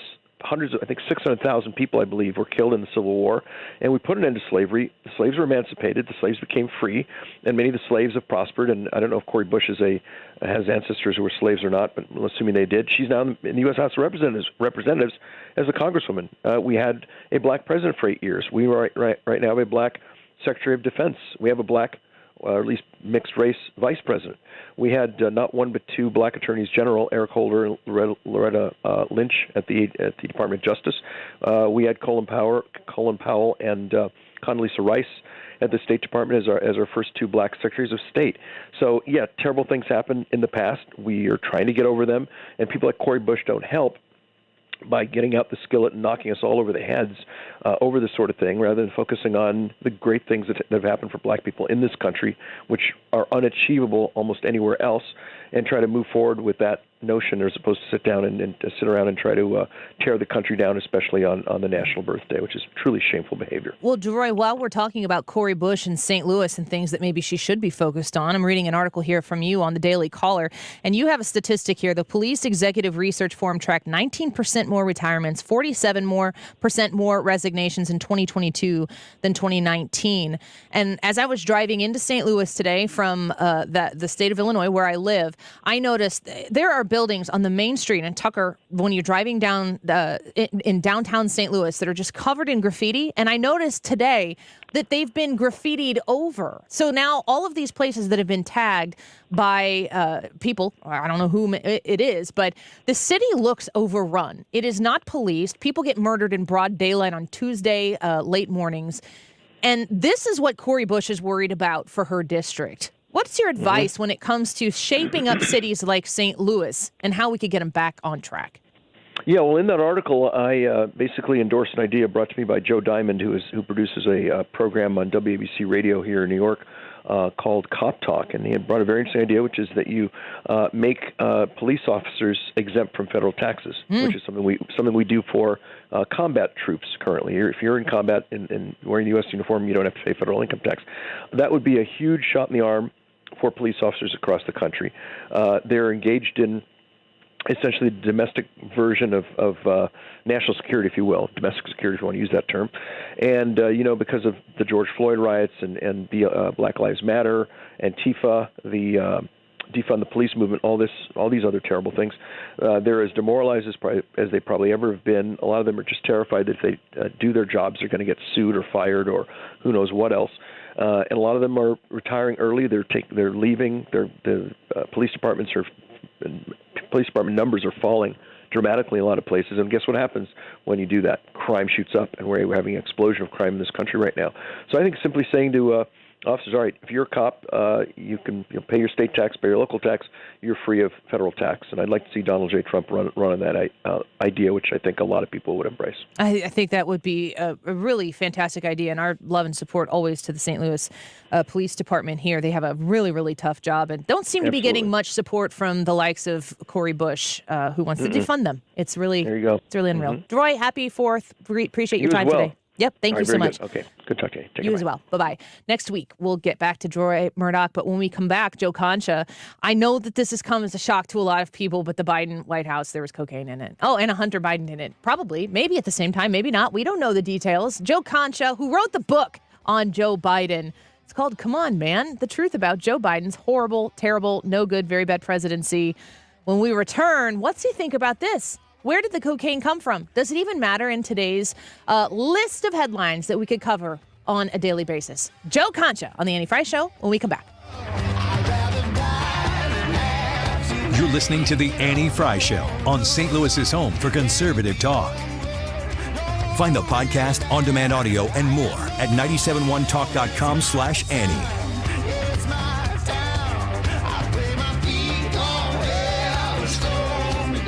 FoleyDentalGroup.com. That's the website where you can go check out my dentist, my kid's dentist, my husband's dentist. We go to Foley Dental. I encourage you to check them out as well. If you're looking for a new dentist or if you've got an issue, you want a second opinion, you can see any of the dentists at Foley Dental Group, and you are going to be grateful that you did. 618-288-9670, 618-288-9670. They have a beautiful new location, but they've been in business for quite a while.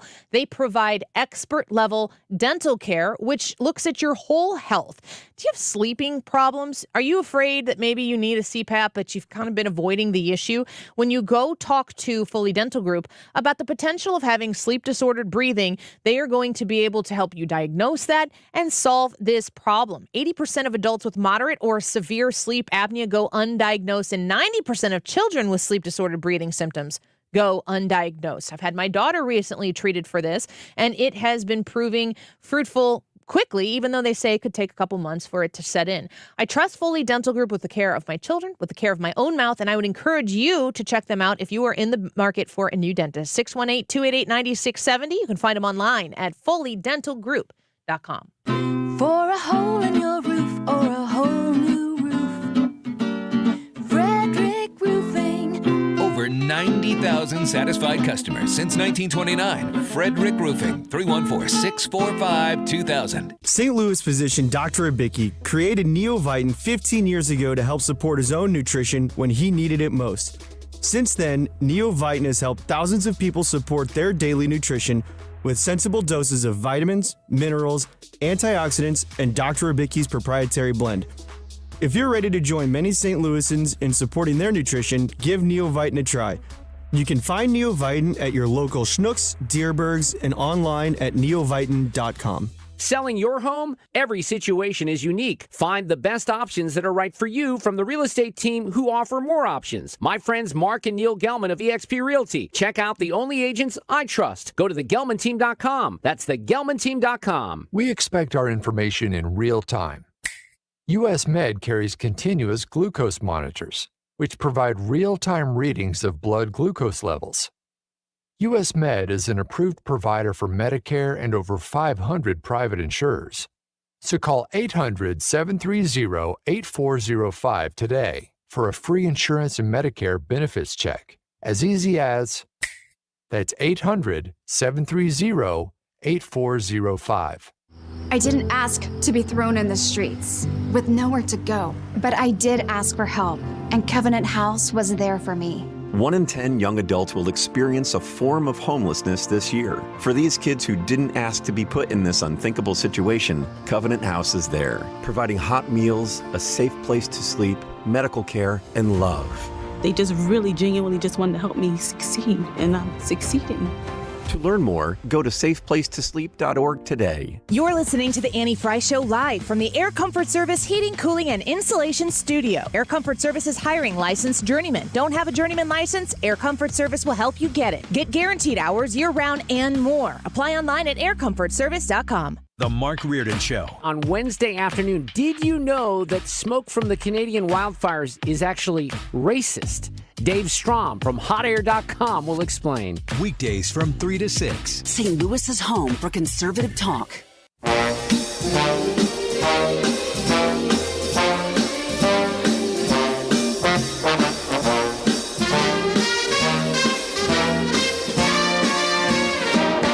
Oh, what you know, Joe? I don't know nothing. What you know, Joe? Tell me something. The substance, which is believed to be cocaine, was found Sunday evening in a routine check by the Secret Service, sparking a precautionary closure of the White House complex altogether.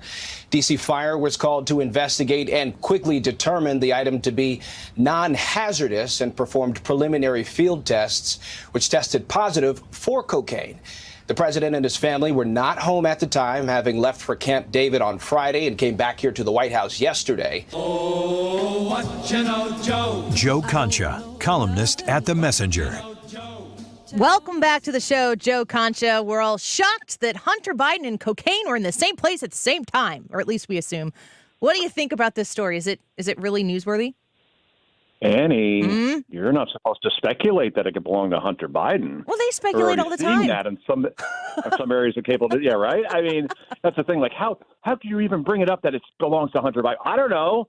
I'm not a police officer, but I'm pretty sure my first suspect would be, the former drug addict who lives there, right? So, I love to play this where we say, what if cocaine was found in the Trump White House? Yeah. Oh, man. Yeah.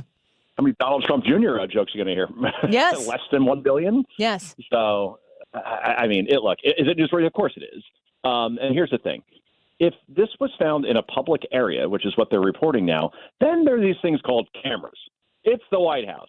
There are cameras everywhere, just like Nixon the tapes. I want to see the tapes, and we can figure out pretty quickly who this belonged to. But I have a feeling the White House isn't going to be the most transparent White House we've ever seen in history, as they promised, Annie. I agree with you. I think these stories pop up, and is it a problem that there's cocaine in the White House? Yeah, I think that is problematic.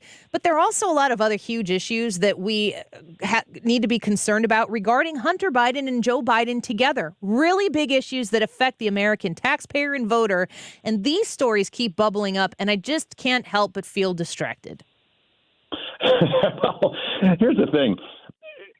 Donald Trump gives the media cover as far as, all the trials that he has, right? Whether it be Mar-a-Lago and you see the special counsel, Jack Smith, he's saying, no, I don't want to do this trial in August. Let's push it out to January. Gee, I wonder why he wants to do that. Oh, that's right, because that's when voting begins, basically, right, with Iowa, New Hampshire, and the like. And obviously that will dominate the headlines through and through, and probably will help Trump instead of hurt him, as we've seen every time we see another count of an indictment, his poll number goes up another point, and we're currently at, 71 counts at this point across two cases, and then we're not even talking about Georgia yet and what's probably going to happen there. So this makes Trump the focus solely and completely throughout all of 2024, because these trials aren't going to end before the election. And then guess who gets a pass? Joe Biden and the aforementioned Hunter Biden and all the deals that they did in Ukraine and China, where we still don't know what services were rendered to energy companies there when Hunter has, no experience in energy, just like he has no experience painting, yet he's like the next Da Vinci and makes all this money. And then on top of that, he says he can't even afford child support payments with all the money he's made. And Joe Biden won't acknowledge that he has a grandchild. It's just so odious. It's the only word I could think of, where you just dismiss this poor little 4-year-old because it's politically inconvenient. I guess they're not the caring family that they portray themselves to be. Again, kind of like the cocaine in the White House. I don't know why we would be surprised that they would disown a grandchild because it's politically expedient to do so. I look at the Biden factor in the 2024 election and whether he's the guy or not to have a huge impact on how Republicans will fare in that election. I'm looking at the Real Clear Politic average on a national level, which I'm not really a huge fan of national polls, but Donald Trump has 52.4% of the national Republican support. DeSantis at 1/5, 21.5%. Donald Trump has still only convinced half of Republicans that he's the right guy. Meanwhile, the incumbent in Biden, he is sitting around 64%. So he has about 2/3. What do you make of these people who have records and resumes, the leading guys, still not really coalescing a great, strong majority of their parties? Well, I'll start with Biden. If a Gavin Newsom were to jump into this race, then suddenly you'd see that 64% turned on its head. And I think that Newsom probably would get 35% probably, right? And then at that point, you would see Biden probably more like the 40% of the party wants him to seek a re-election. And then you see the polls, right? 2/3 of people say that he doesn't have the physical and mental capabilities and fitness to be president of the United States. So I'm not too surprised that Biden is up where he is. But then again, this is Robert F. Kennedy Jr. we're talking about. This isn't Teddy Kennedy. All right, let's put it this way. Teddy Kennedy was a sitting senator, a fairly popular one, despite, killing somebody and getting away with it. And he nearly beat Carter for the nomination. A lot of people probably don't remember this, but in 1980, it had to go to the floor of the convention before Carter was able to clinch it. That's not the case here. Robert F. Kennedy Jr. It makes some good points around war, and his skepticism around vaccine is duly noted, and it is resonating. But in the end, this isn't a big-time candidate. If a big-time candidate were to jump in, like a Newsom, and I'm not saying Gavin Newsom's the savior because of his record in California, where you have highest taxes in the country, highest poverty rate in the country, highest homeless rate in the country, and more people leaving California than any other state in the country for places like Florida, Texas, Tennessee, so on. I'm not saying that he is a great candidate. I'm just saying that if he's the younger version of a Biden, I think people will say, all right, good enough. Let's take the guy with the better hair and the better teeth. As for Trump, again, it's so hard to gain on him because you have to peel away his core supporters, and we've never seen any more loyal supporters than we've seen to Donald Trump. When he said I could go out on the Fifth Avenue and shoot somebody and my people would still follow me, he wasn't kidding. Like there would be a good chunk of people who'd be like, well, maybe he was just defending himself. Like that's the way it would roll. Everything gets an excuse. And then as far as contrast, well, on policy, what is the difference between Ron DeSantis and Donald Trump exactly? Maybe on abortion, DeSantis is more conservative, but on everything else, when you talk about taxes, you talk about immigration, you talk about education, they're pretty much aligned. So it's just so hard to gain on Trump. And then you would think these indictments, anybody else, it would take out immediately, and he only gets more popular. So I'm sure the DeSantis people and the Tim Scott people are just scratching their heads and they say, how do we pick off this guy? And I don't know if there's any good answer for that. Joe, when I'm speaking with people, this is 100%, of course, anecdotally, but I have so many people say they have to be on record with me, as if it matters, about how much they love and appreciate Donald Trump. And then that's immediately followed by, like, I'm not sure he can win, which is immediately followed by, I'd really like to see DeSantis get in there. I really question how many people who have never supported Donald Trump more than they do right now can still see the trouble that might occur if he's the nominee about actually winning the general election, and see Ron DeSantis and those similar policies as a way to continue the MAGA policy and the America First mentality, and might quietly vote for Ron DeSantis in a primary, and that we might be shocked. I'm not so sure if that's going to be the outcome, but I do hear that over and over and over again from people who I talk to. I think in places like Iowa, it will be a lot closer than people give it credit for, because, as I said, with DeSantis and abortion, that aligns more with the evangelical position. There are a lot of evangelical voters in Iowa. So I'm not sure.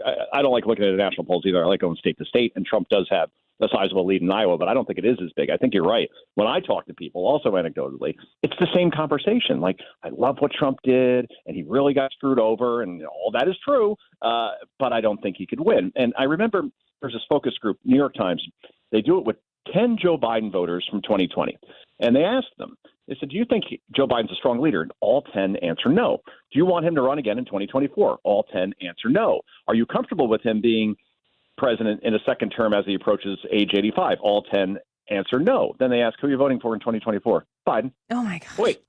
Oh, my gosh. He wasn't gosh. strong. You don't want him to run again. And then they say, well, why? Well, why is that? Because the alternative is worse if it's Trump or DeSantis. That's what they say.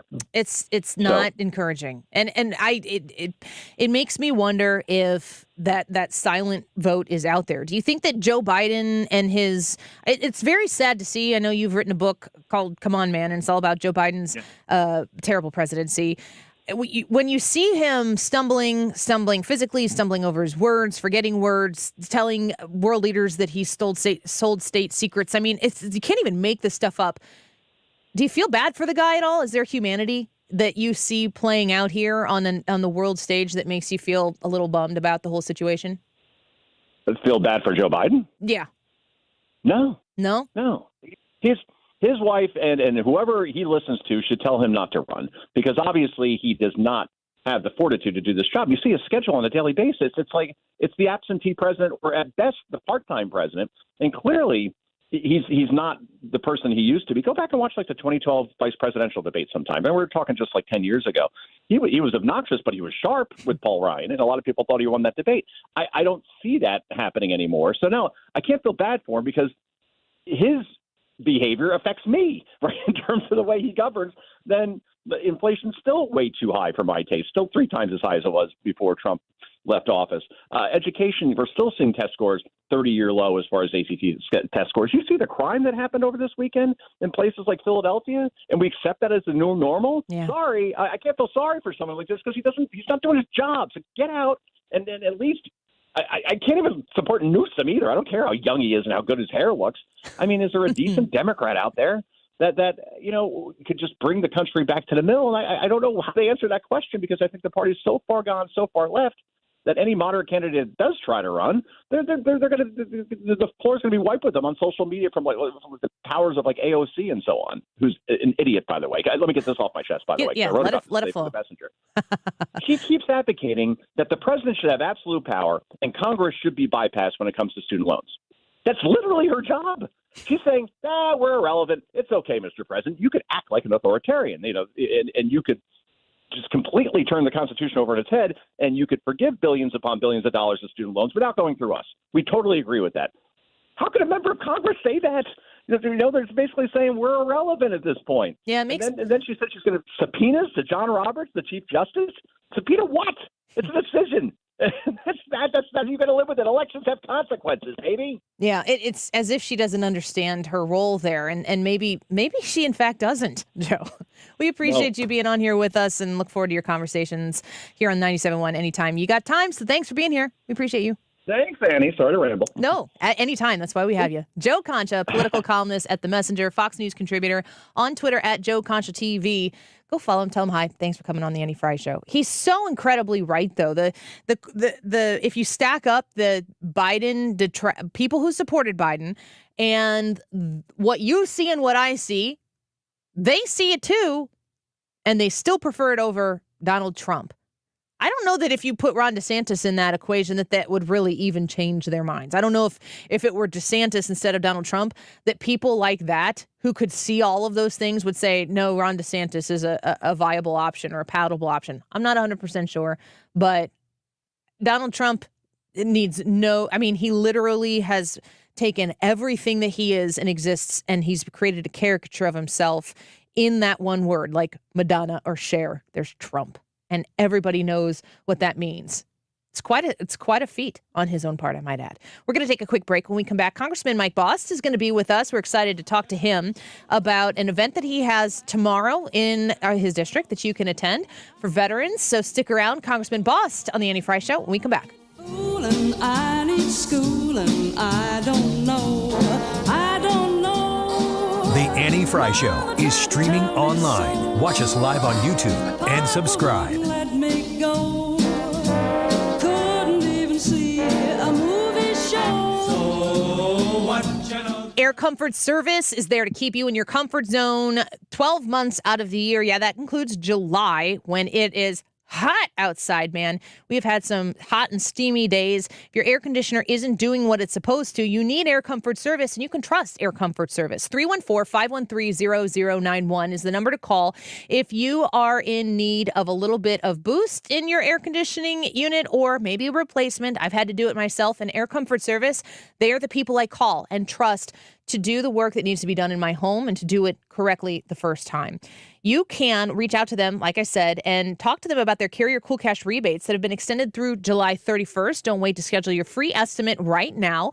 Again, the number is 314-513-0091. They also do commercial repairs, so you can call Air Comfort Service Heating, Cooling, and Insulation to get a free second opinion on commercial HVAC repairs. And don't forget about their ability to help you with the air quality of the indoor system that you have. It's really nasty outside, a lot of allergens.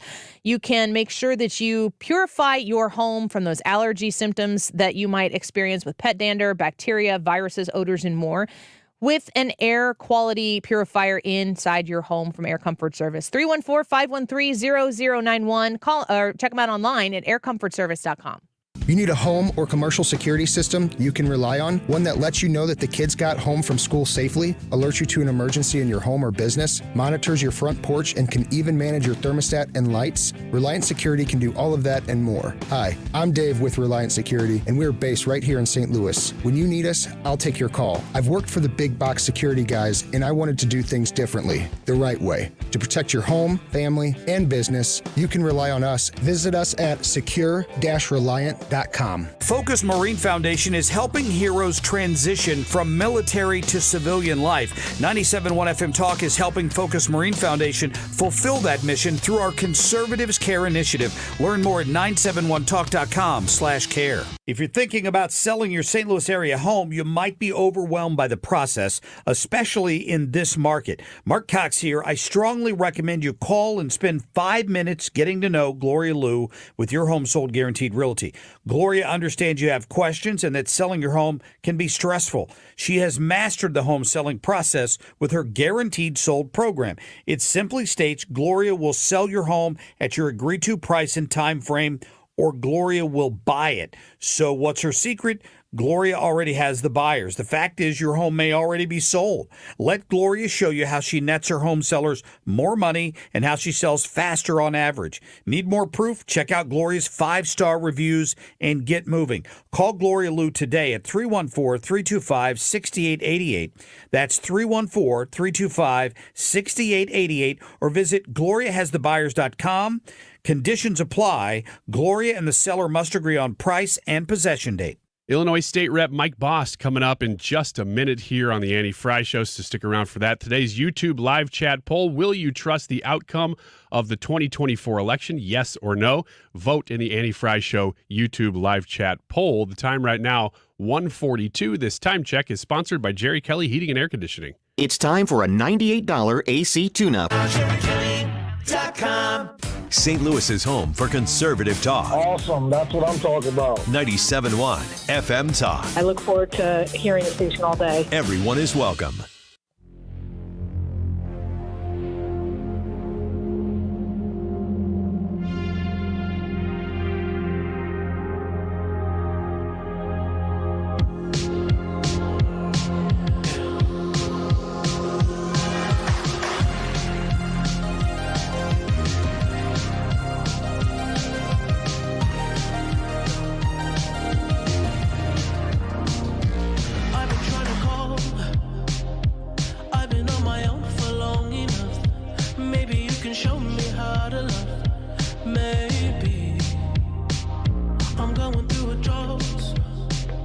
You're listening to The Annie Frey Show. Interact with Annie on Facebook. The Annie Frey Show.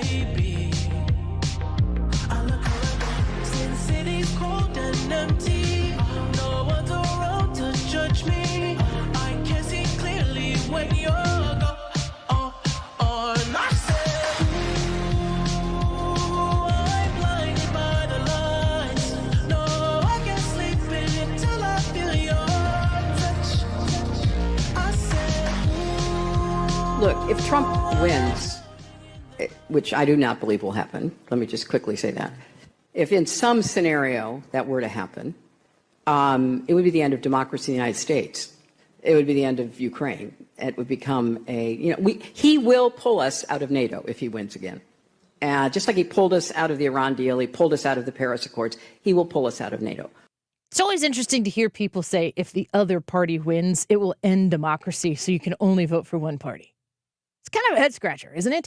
It certainly is for me. Let's speak to our friend Congressman Mike Bost of Illinois' District 12 in Congress, up front and very, very close to many of the things that are taking place in Congress right now, of course, as you are serving in that capacity. Congressman, welcome back to the show. It's good to have you here.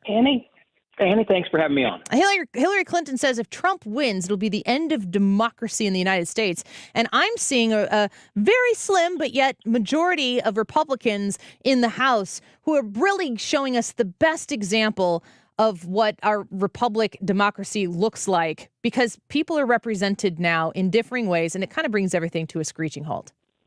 Well, I tell you what, it's amazing to me because you do see, even with a small minority, and you're only 1/3 of the controlling body, we're getting things done in a positive manner.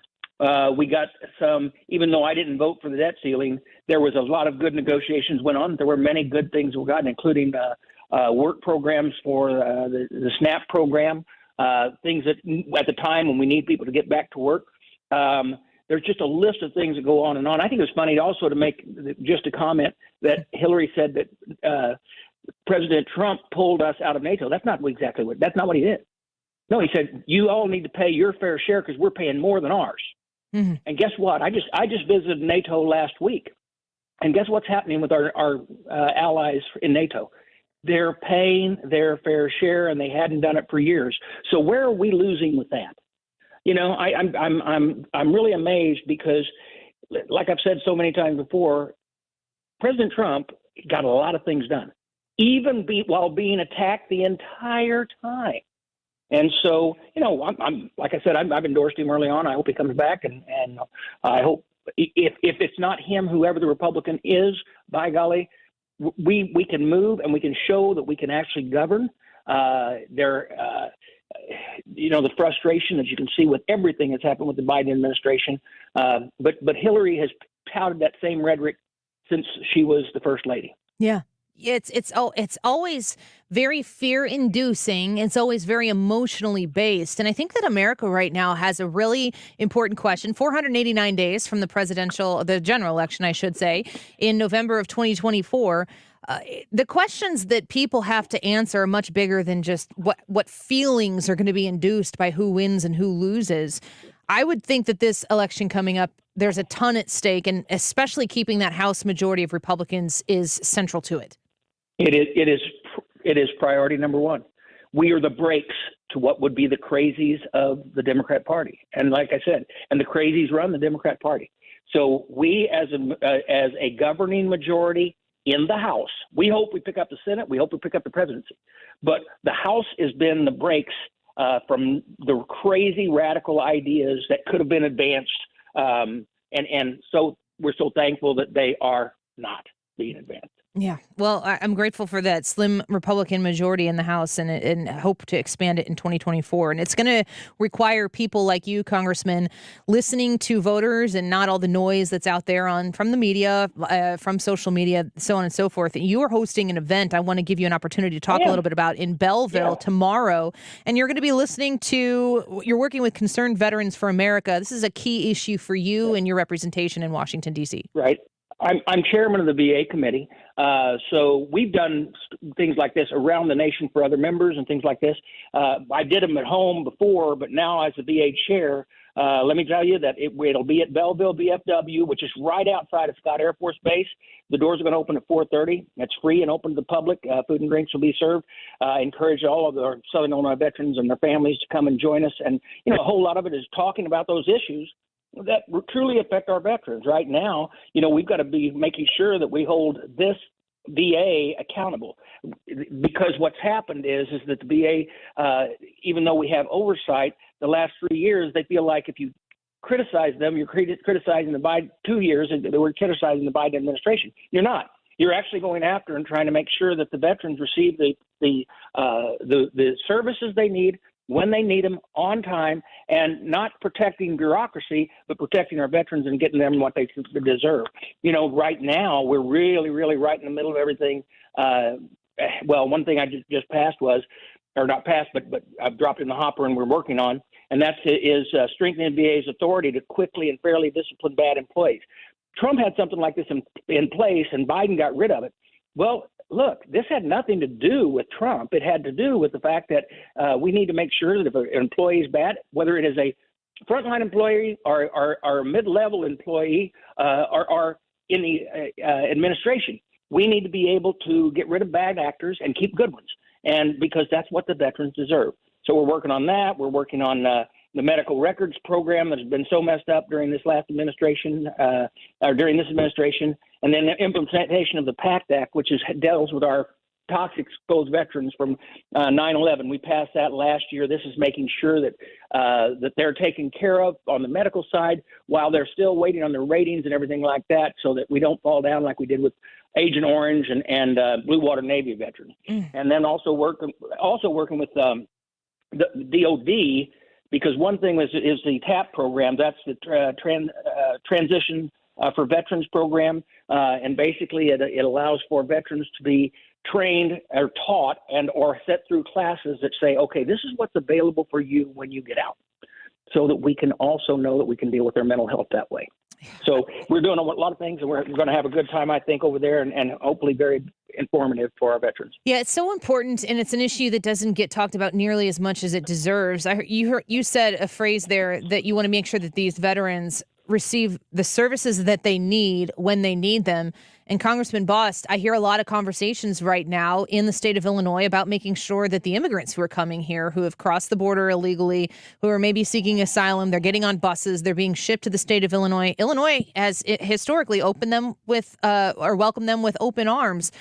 It's kind of the same conversation, but the details are different. One, we're talking about veterans. Another, we're talking about immigrants. I would like to think that we can, as a state and as a country, walk and chew gum at the same time. But the veterans do not get the attention that they deserve. And it pains me to think that there are any veterans who are being forgotten about or left aside. And the political priority becomes a whole different class of people. And we forget to take care of those people who have protected us. But yeah, let's be really clear on this.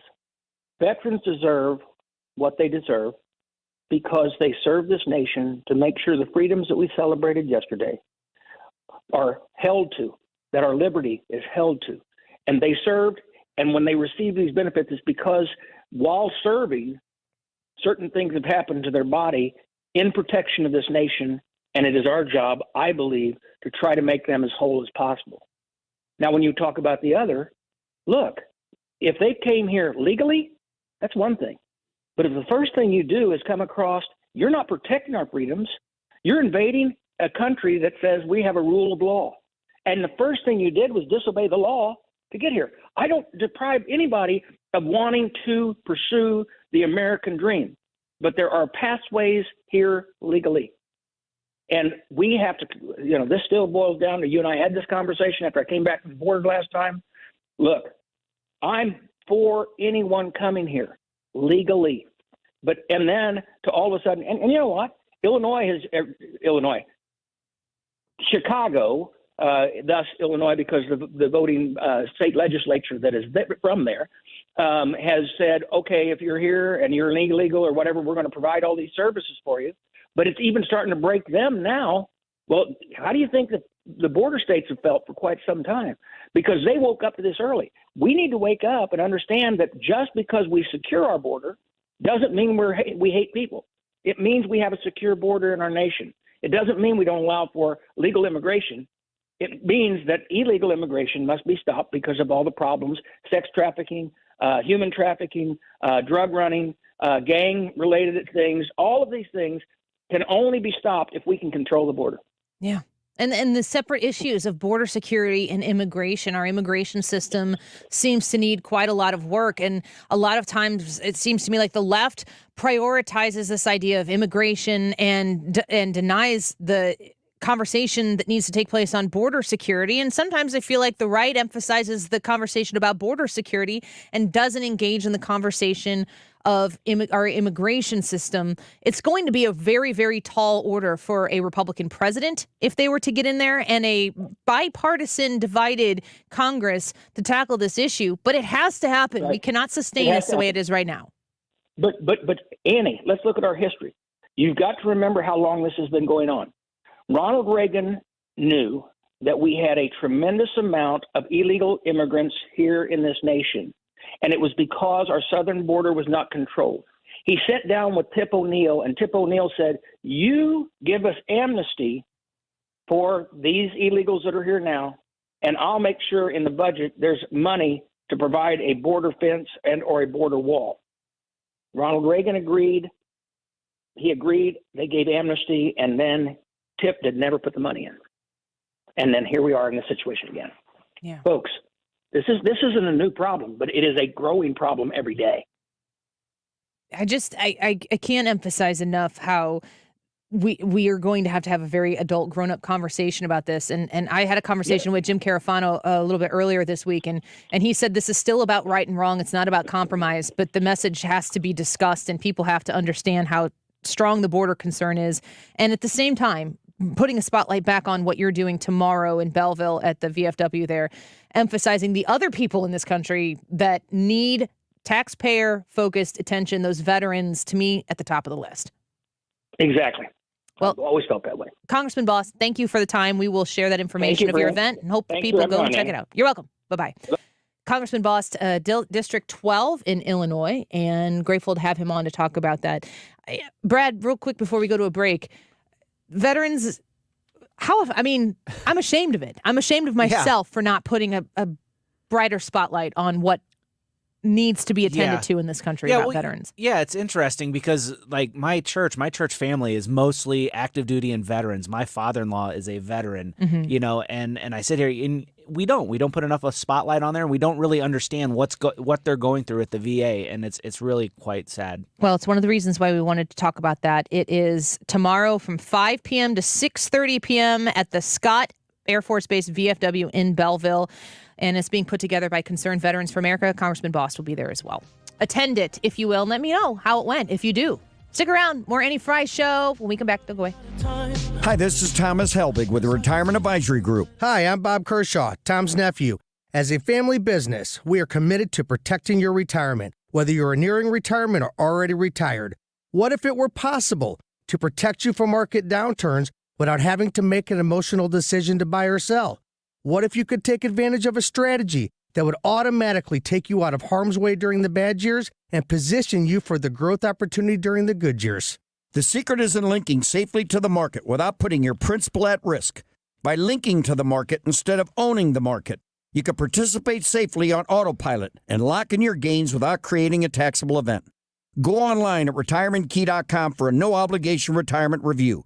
Learn the strategies that have helped our clients retire with confidence for the past 36 years. And just for coming in, you'll get a copy of our latest edition book, Your Key to a Worry-Free Retirement. So go online at retirementkey.com. That's retirementkey.com. I always talk about how easy it is to make an appointment at Fountains Family Dentistry. You can get online, fountains.familydentistry.com, make an appointment right there. I think they call you back, but I usually call them. I enjoy doing that more because I really like the people there. Obviously, I know them because I've known Dr. Ty Parker for so many years that it's just kind of like a catch-up for me. But I wanted to call today because I wanted to go through the process that I know that you probably will when you call them too. And I had kind of a conundrum. I said, you know what? I've waited too long to make appointments for school time for my kids. Plus, I need to get my own teeth cleaning done every 6 months to a year. I'm, fairly diligent about it, but I think I'm a little bit behind.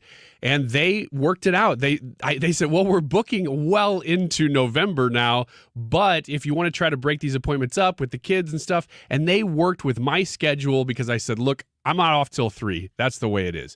They did it. Fountains Family Dentistry. Give them a call. They'll work with you too. FountainsFamilyDentistry.com. You've been listening to the very popular Wellness 101 for many years, Saturdays and Sundays on 97.1 FM Talk. We're happy to share that we've expanded the show to 4 times a week. Yes, 4 times every weekend. Saturday at 10 a.m., Saturday at 8 p.m., Sunday at 9 a.m., and Sunday at 2 p.m. It's the same great show designed to cut through the nonsense and provide you a common sense, science-based strategy for a healthy life. So join TJ and Aaron for Wellness 101.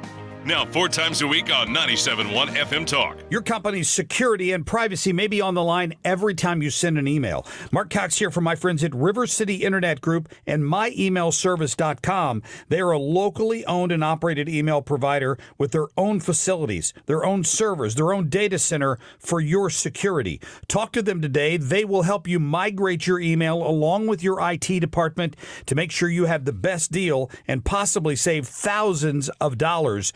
Go online today to myemailservice.com. KFTK FM Florissant. From the Under Law Injury Lawyers, GetJim.com studio.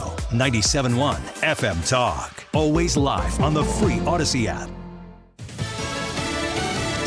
The White House referring cocaine questions to the Secret Service. On Lisa Brady, Fox News. This after a white powder found Sunday in a West Wing area accessible to tours was confirmed to be cocaine. Where this was discovered is a heavily traveled area where many White House, West Wing, I should be even more specific, West Wing visitors come through this particular area. I just don't have anything more to share. It is under investigation. Spokeswoman Karine Jean-Pierre says the president was briefed, also noting that the Biden family had been away from Friday evening until yesterday. President Biden not answering any shouted questions at the start of an Oval Office meeting with the Prime Minister of Sweden, focusing in part on Sweden's bid to join NATO, still facing delays driven by Turkey. The Justice Department wants a Capitol riot suspect to stay behind bars after Taylor Taranto was arrested last week near the D.C. home of former President Barack Obama. Authorities, they found weapons. They found him posting on social media, doing live streaming. And in this memo today, I want to read part of it. It says Taranto is a direct and serious threat to the public. His own words and actions demonstrate he's a direct threat to multiple political figures as well as the public at large. Fox's Mark Meredith at DOJ, which warns catastrophic consequences are possible if Taranto is released. He has yet to enter a plea. Prosecutors also say Taranto streamed himself and associates inside a Maryland elementary school last month, saying the site was chosen because it's near a Democratic congressman's home. Several cities recovering from mass shootings over the weekend. Our public safety apparatus and our team are working around the clock to keep district residents safe. D.C. Mayor Muriel Bowser after 9 people were wounded in a drive-by shooting. In Philadelphia, a suspect is held without bail after the Monday night shooting spree that left 5 dead, others injured. America is listening to Fox News. These statements have not been evaluated by the Food and Drug Administration. This product is not intended to diagnose, treat, cure, or prevent any disease. What's up? I'm tired of feeling so bloated. That used to be me. Then I got this. Align Bloating Relief plus Food Digestion. A probiotic, right? Yeah, it works naturally with your gut to help soothe occasional bloating and gas. Plus, it has vitamin B12 to aid digestion by helping convert food to cellular energy. 2 benefits, 1 capsule. Align Bloating Relief plus Food Digestion from the #1 doctor-recommended probiotic brand. Get $2 off at AlignProbiotics.com. When you get nachos, tacos, empanadas, spicy queso with jalapenos, Pepto-Bismol's there. Pepto-Bismol provides fast, effective relief from nausea, heartburn, indigestion, upset stomach, and diarrhea. All the things that can happen unexpectedly on vacation. So before you travel, pack the Pepto. Pepto-Bismol. When you have nausea, heartburn, indigestion, upset stomach, diarrhea. Use as directed. Keep out of reach of children. Air Comfort Service, heating, cooling, and insulation, weather. Chief Meteorologist Dave Murray. Changeable skies going through our Wednesday afternoon with scattered rain and thunderstorms. Kind of humid. 95 will do it for the high, but we get under a thunderstorm, we'll cool back into the 80s. Tonight, periods of rain and thunderstorms around until midnight. 68 Thursday, partly sunny, cooler, but still a chance of a couple of scattered thunderstorms. 85. We're going down to 62 Thursday night. This is 97.1 FM Talk. Chief Meteorologist Dave Murray. Cashback is not available on gas in New Jersey and Wisconsin. Couponing. Wow, you didn't strike me as the coupon type. Just trying to stay ahead of inflation. Gas, groceries, everything. It's all more expensive. I need to save wherever I can. Have you tried Upside yet? Upside? What's that? It's a free app that I use that pays cash back for every gallon of gas I buy. You've got to buy gas to get around anyway. Might as well get paid for it. Come on, does that really add up to anything? I've already made around $200. The extra cash helped pay down my bills, and I even had a little extra left to treat myself. And the Upside app is free? Totally free, and the cash back is real. You can transfer the cash right to your bank account. I'm downloading Upside right now. Download the free Upside app now to earn cash back every time you buy gas. Use promo code OIL to get an extra 25 cents per gallon on your first tank. You can cash out anytime right to your bank, to PayPal, or a gift card for Amazon and other brands. Just download the free Upside app and use promo code OIL for a 25 cents per gallon bonus on your first tank. That's code OIL for a 25 cents per gallon bonus. The choice of a lawyer is an important decision and should not be based solely on advertisements. I'm Jim Onder. No one should be injured or be the victim of assault when using a rideshare service. These companies need to be held accountable. Onder Law Personal Injury Lawyers. Visit getjim.com. Join us at Odyssey as we all do our one thing, together millions of things for our planet. During summer, be sure to use dishwashers and stoves in the evening to minimize the effects of heat. When we each share our one thing, it becomes a million things for our planet. What's your one thing? Think O'Reilly Auto Parts for all your car care needs. They're close, convenient, and have all the parts you need fast, along with excellent customer service from professional parts people you can trust. Stop by your local O'Reilly Auto Parts today or visit O'ReillyAuto.com. Critical thinking in critical times. This is St. Louis's home for conservative talk. 97.1 FM Talk. Everyone is welcome. This hour of the Annie Frey Show is brought to you by Ruler Foods. Low prices, no coupons. Ruler Foods. That is exactly what I needed to hear. Thank God someone here knows what they're talking about. That's us. That's right. Gotta love this American ride. All right, you need to take the time and get the full picture. Come on, turn the radio on. It's Saturday and I won't be long. Don't get me wrong. I love the ladies. I mean, they rev my engine, but they don't belong in the newsroom. It is Anchor Man, not Anchor Lady. What do you want from me? I'm not America's sweetheart. Goodness sake, kid. Keep your voice down. Your father's listening to the radio. I'm not America's sweetheart. This is the Annie Frey Show. Welcome back to the Annie Frey Show. It's Wednesday, and that's a reminder for me that it is, in fact, Wednesday. I walked around Monday night after we got off work in my house very confused. I was like, what do I do? Do I have fun? It's a Monday night. I'm not supposed to have fun tonight. I'm supposed to be preparing for Tuesday's show. But Tuesday was a vacation day or an off day holiday, and I just told I was literally pacing the kitchen. I go, I don't know what to do with myself. Yeah. This is bizarre. You know what you could have done? Come over to our house and cut down limbs. You didn't invite me. Oh, that was my fault. My bad then. Because that would have been a great use of your time. It probably would have. I've offered to help you before. Oh, yeah. You're super helpful. That's why it's on me that I didn't invite you to come over and chop limbs. I'm glad we cleared this up. Me too. Was it weird? I mean, there was so much storm stuff going on. Maybe everyone got a little distracted, but it was a Tuesday off is bizarre. Yeah, it was weird. I kept telling my wife, it feels like Saturday. I would catch myself thinking about, okay, so tomorrow for church, we're going to, and they're like, no, tomorrow is Wednesday. You're going back to work. Did you celebrate with patriotic fervor yesterday? Yeah, 3 hours worth. 8 to 11. It was a blast. Loved it last night. I was talking about with your family. Brad, did you do anything fun for 4th of July? Well, Tuesday night we had company over because O'Fallon does their fireworks on Tuesday night, so we did the grilling and that on Tuesday night. How are the O'Fallon fireworks? Listen, I've been to Disney, so I should have asked you that off the air because I'm not here to If they're bad, just say they were in Fallon, Missouri. They're very good fireworks. I mean, especially considering that it's a small Illinois town, but yeah, very good fireworks for that. And they happen in the park right across the street from my house. So we just go over to our neighbor's yard and set our chairs up and sit there and watch people do it. Would you consider O'Fallon a small Illinois town? Oh, I don't know. I guess it's kind of an urban metropolis. I don't consider it a small town, but I guess if you're from Chicago, you might. Which none of us are. None of us are, so it's a big town. One might think it. What did you do with your family? So we did watch some fireworks. Here's the thing. Just like Brad was saying with Disney, once you've seen a huge display, with my kids now, we watch fireworks every Memorial Day in Collinsville. So they've switched from doing July 4th to Memorial Day. Your kids have never seen the fireworks, though, at Disney.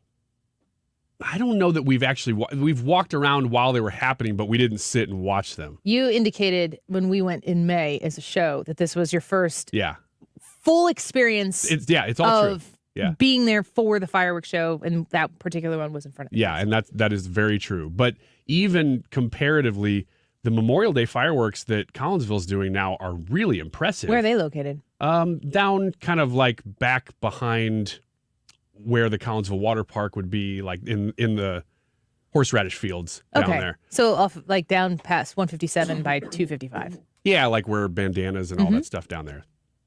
They shoot them off there, which means that if you're anywhere within the vicinity, you can see them. So if you're on the bluff or anything, which we kind of are, and if you get closer, they're amazing. And so they really go all out and spend all their money on Memorial Day now. And you can get a lot more bang for your buck on Memorial Day because there's less people doing it. Yeah. So those displays are amazing compared to July 4th now. So they're a little spoiled, my kids. So did you do anything on for 4th fireworks? We did watch some last night. Yeah, we drove out and saw some in Alhambra. Said no one ever, but I'm intrigued. Yeah, it's a great environment out there. Yeah, I love Alhambra. I actually hail from Alhambra. Really? Yeah. My grandparents both, I think they went to Alhambra High School.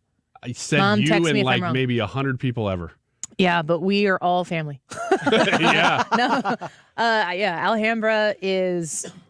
If you know of Alhambra, then you only sing "Sweet Home Alhambra" when the song plays. And it's if you were sitting next to someone and they said that, and you didn't know that they knew Alhambra, you stop and you look at each other and you're like, "You Alhambra?" Yeah, but it's a tiny town, tiny rural town, and it's fantastic. We spent the time at my mom's house. My dad grilled pork steaks and just had corn on the cob and fresh green beans and homemade ice cream. You guys do homemade ice cream? Oh man, It's been a while. yes. With the rock salt. Yep. Have you made it yourself, Ryan? I don't know that I've made it since grade school, but my kids have. I've overseen them doing it. What about you? So Terry has a KitchenAid mixer, and we got her the homemade ice cream attachment, so she makes it all So that's the a time. little bit the KitchenAid, because we have a KitchenAid ice cream maker too, is different than the wooden barrel and all of that stuff. They both do great jobs. Our friend, but it's still different. Our friend makes it with the rock salt, and it's My grandmother from Alhambra. Not that one. I have a grandma from Alhambra and a grandma from Australia. Yeah. We only come from places that start and end in A. Very similar places too. Yeah, very. And your other grandma from Alabama. I have been to Alhambra. I have not been to Australia. My grandma's recipe was very simple. It was vanilla, eggs, sugar, and milk, maybe. That's it. Mm-hmm. My husband's grandma's recipe has whole milk, heavy whipping cream, the whole thing, and it tastes like the best. It tastes like ice cream. There is a difference from what I was growing up in what homemade ice cream tastes like versus ice cream that is homemade that tastes like ice cream. Does that make any sense? Yeah. I think so. I think I follow you. I was going to ask you if you guys made it, what your recipes were like, because, I mean, it is Jared's recipe that he got from his grandma is better. If you just had them both at the same time, you'd be like, this is better. But the idea of tasting homemade ice cream on its own is very nostalgic for me. Mm-hmm. Did you ever make other than vanilla? No. Well, actually, in a short period of time before kids, my wife did get one of those KitchenAids or whatever homemade ice cream makers, and she made a bunch of different flavors For about 3 months, she was really into it, and she made some bacon ice cream once. No. And this was before you could buy that. You know, say no. I bet that's delicious. No. It is. And she would use maple bacon. Yeah, how could you say no to that? It adds a little salt to it, and it's sweet, and it was chopped up. Oh, man, it was really good. And now that stuff's become a little more common. Like, you can buy that stuff in even major stores now. But back then, this is probably 15 years ago, you couldn't find anything like that. Name things you got.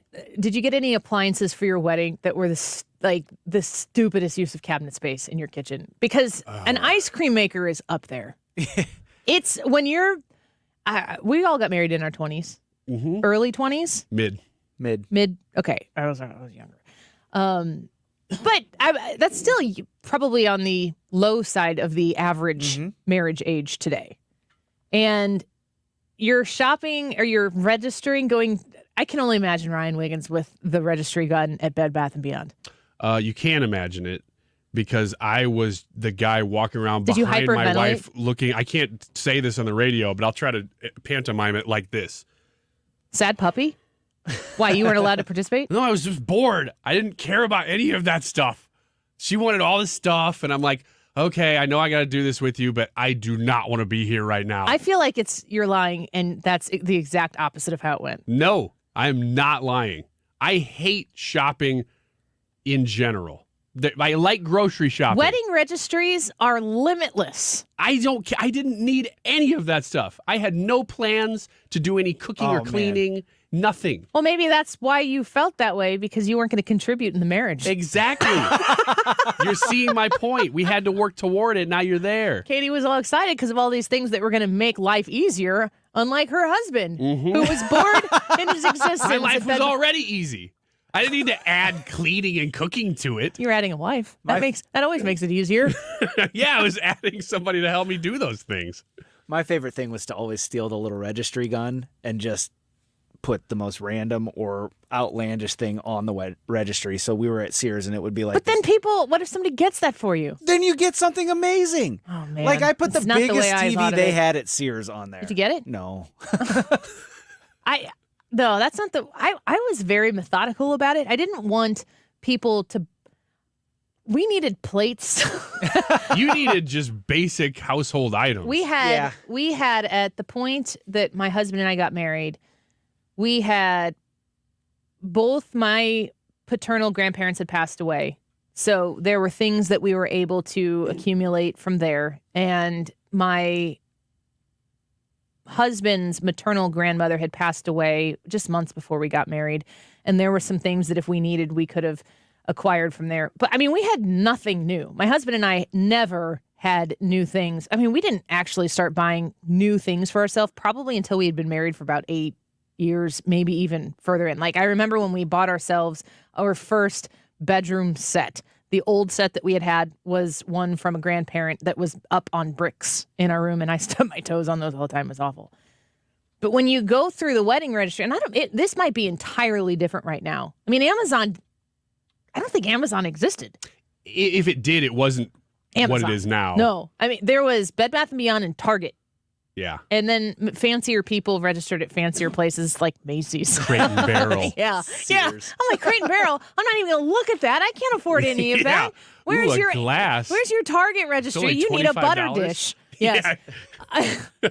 We just broke our butter dish this past week. Oh, no. From Wayne and Jane gave us the butter dish for our wedding, and it was just a clear glass dish with the clear glass and nothing fancy, but it had a very nice gift card in it when we got it. Oh. And it broke, and I was so sad. So I'm going to go back to Target and try to find. Do you ever use the butter dish?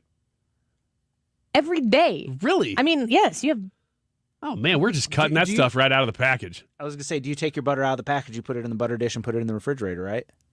No, the butter stays out. It's room temp. Oh. Ooh. I've not tried that before. She's come a long way from having no forks to using a butter dish. Because I'm not in charge of the butter at my house. I have a feeling that Ryan is in charge of the butter in his house. That's the only thing I'm in charge of. And it's Kerrygold every time. What do you mean you're not in charge of the butter in your house? Well, has this been discussed? No, it's just an unwritten rule. You guys need to put this in writing. One, I'm not supposed to have a whole lot of butter anyway. But two, Terry does 99.9% of the cooking, and so I'm not going to mess with her way of doing things. So she handles it, and I've removed You ever put myself. butter on toast or bagel, or do you ever put butter on anything when you eat? Yeah, I have. Hello, over here. What kind? Kerrygold. What things? What do you put what butter am I putting on? it I on? don't care about the brand of your butter. I don't even know what Kerrygold is. You know what? I'm really going to just kind of relist the things you just did. Things like bagels and toast. Do you put butter on it? Well, not bagels so much, but toast, yes. Well, then don't say bagels. I mean, sometimes. Not a lot. Usually cream Unbelievable. cheese. Isn't it? It tastes better when it's room temp. It's soft and it spreads easily. Well, that's why you get the I would oily agree stuff. with that, You get 'cause- the, No, you get the cheap stuff. No, for you that. get butter. You get spreadable vegetable oil. You're saying cream. that's why you get it, not Yeah. me, because Yeah. we just have real butter. Yeah, you as in like the general you. Can you do a registry if you renew your vows? You can do a registry anytime. I created. That's a great idea. When Molly was born, I'm going to ruin the system for everybody. No, let's not be real. Target's not listening to the show. Target wants to know. When I had Molly, I created a private registry on Target.com and put as many diapers, wipes, and I think I did formula as well. No, I didn't do formula because we ended up getting generic stuff, maybe from Walmart. I put as many diapers, wipes. I put all the essentials on there that I was going to need no matter what. And then you get a one-time 15% off anything that isn't purchased off of your registry. You get a one-time online use and a one-time in-store use on it. So everything that I needed for Molly, I bought, I think you could put maximum 5 boxes of diapers per size on there. I bought size 1 through 3, I think. Oh, no, newborn through 3, 5 boxes of each, as many wipes as I could. Got them all 15% off and had them all delivered to my house. And I had a baby shower for me from my registry and saved 15% off my Love's diapers from there. And then I went into the store and I think I bought a baby monitor. I don't know. I bought like 2 bigger things that were still in my registry that were over $100 each and saved another 15% off there and didn't tell anybody that the baby registry existed. I just did it for myself for the savings. That's a shame. I would have bought as much as you would put on there. You know that I would. I'm so generous. Did you get Molly anything when she was born? I don't remember, probably. I mean, at this point, I buy so many things for so many people. Did you guys send flowers? I don't know. That doesn't sound like me. Well, tell Katie I said I thank was you. joking about being generous. Tell Mrs. Wiggins that I Yeah. am very grateful for her It's very generosity. possible that we did do something. But it's also possible that I That didn't you know. didn't know that I was going to have a baby. Well, baby, are you kidding me? Well, I congratulations. just thought you were fat. Yeah, but I'm so kind that I would never say that. Should we get back to why Brad's not allowed to be in charge of the butter in his house? Yes, we should. Maybe after the break, we'll get down to the bottom of that. A Morning Fry show right here, and we're going to discuss for real the YouTube live chat poll. Will you trust the outcome of the 2024 election? Yes or no? I have written down here at the beginning of the show what I think the results are going to be, and I need to know what you think about it. Maybe we'll have Hannah come in and read some of the comments that she has set aside from you on the YouTube live as we get to the results in 2:45 segment. Don't go away. Morning Fry show in a minute.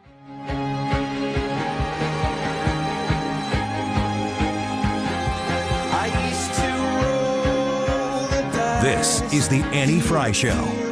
Find the podcast, on-demand audio, and more at 971talk.com/Annie.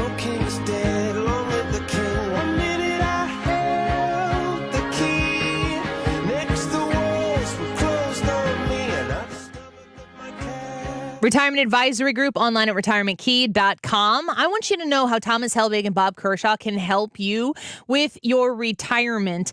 Make sure that you are comfortable and confident where you are headed once retirement sets in. If you are in your mid-50s, your late 50s, or even your early 60s and retirement is upon you, I want you to understand how much they can provide you the confidence, the exhale that you need to feel like retirement is ready to start. It's hard to shift from saving. You've been doing it for decades to, oh my gosh, is this big enough? Did I do enough? Did I work hard enough? Can I pay myself in retirement the way that I'm going to need to in order to enjoy the retirement the way I intend to? They're going to help you build your own personalized, structured income plan so that you can generate income for the rest of your life. Make an appointment today at 314-993-9494, 314-993-9494. You can find them online at retirementkey.com. This Little Light is a new podcast hosted by Flea from the Red Hot Chili Peppers. Join him as he explores falling in love with music, music education, and the creative process while interviewing the biggest names in music, like Rick Rubin. I like things that are stripped down. I've always liked things that are stripped down. Then I can get to the point where I like something that's stripped down and what's it like with an orchestra. This Little Light is a presentation of Cadence 13. Subscribe and download it now on the free Odyssey app or wherever you get your podcasts.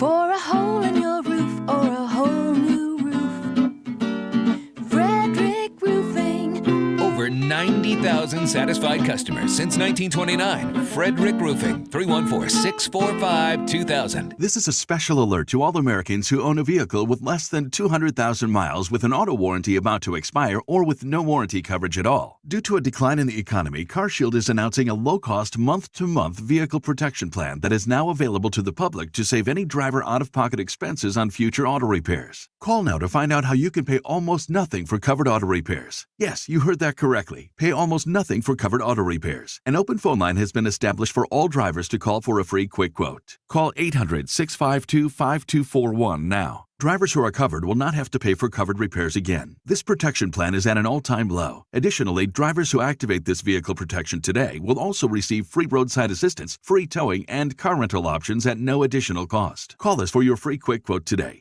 800-652-5241. That's 800-652-5241. What do you have to lose? Call 800-652-5241. Again, 800-652-5241. Celebrate the month of the 4th with Zero Res and get 3 rooms of carpet clean for just $129 and a 4th room free. Also save 20% off whole home air duct cleaning. Call right now. Ask for the Mark Reardon special. 314-474-2020 or book online. ZeroResSTL.com. You're listening to the Annie Frey Show live from the Air Comfort Service Heating, Cooling, and Insulation Studio. Air Comfort Service is celebrating 54 years of residential and commercial service, maintenance, and installation of heating and cooling systems. Get in your comfort zone. Visit aircomfortservice.com. There's a music station that fits your taste at Odyssey.com. Download the app for instant access to hundreds of music stations and listen live to 97.1 FM Talk. The Odyssey app. Download it or stream from 971talk.com.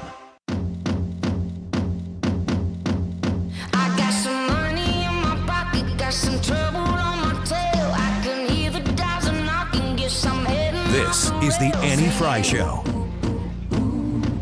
Follow Annie on Instagram at The Annie Frey Show. I got some new best friends forever. See, I met them at the bar where the whiskey goes down better when they don't know who you are. Singing, I'm talking about you.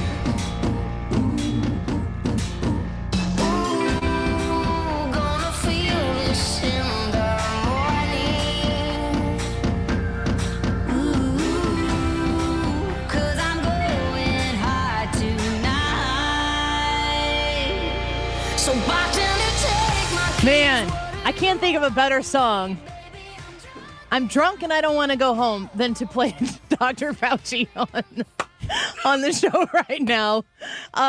This wasn't intended, but we've been watching the White House press briefing because we thought there might be some news on Cocaine White House, which could be the sequel That to sounds like Bear. an awesome band name. Cocaine White House. What kind of music would they play? Mostly Classical. soft jazz. Soft jazz. So we're going to dip into this, and this might be a little mystery science theater of us because, listen, I know that you don't want to hear Dr. Fauci talking, but we need to because I haven't heard from him for a while, and he's got the White House podium right now. He's supposed to be retiring, right? Mm-hmm. Aw. Yeah, I No, know. that's a shame. Sad face. The whole nation mourns. Yes. But at the same time, Corinne Jean-Pierre, he came into the room and she was passing out cupcakes to the press. Yeah, what? That's more visual. I got to go back after the show is over and research what was happening here, but I want to play Fauci her. has Can you turn- always led yeah. with the science, and our country is stronger and This is healthier from like because of 3 minutes his ago. leadership.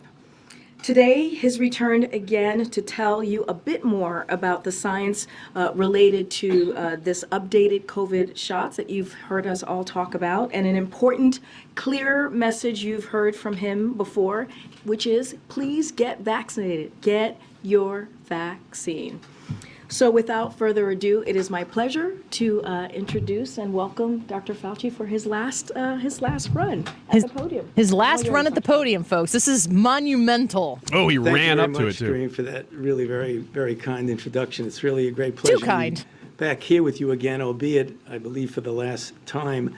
But as Kareem said, I'm going to spend the next just couple of minutes talking to you about Is the there a importance voice or an of getting accent an that's updated more booster burned into your vaccine brain as than we his? enter into the holiday season and the colder weeks and months It's a vaccine of push, the guys. late fall and early winter. Surprise. I thought this let's might be just the right talk very audience to briefly push it about on. what we know about the vaccines, because we want to make our decisions really Did he based get a on cupcake? facts, evidence, No, and we got a data. cake. Are the He's storing vaccines it into safe? his That cheek keeps like a coming up. chipmunk. The answer is now Here we go. overwhelmingly it should be off the table. There have been 13 billion doses of a COVID-19 vaccine that have been distributed worldwide, hundreds of millions in the United States, and there's Great robust success. safety monitoring systems that are in place. And clearly, an extensive body of information clearly indicates that they're safe.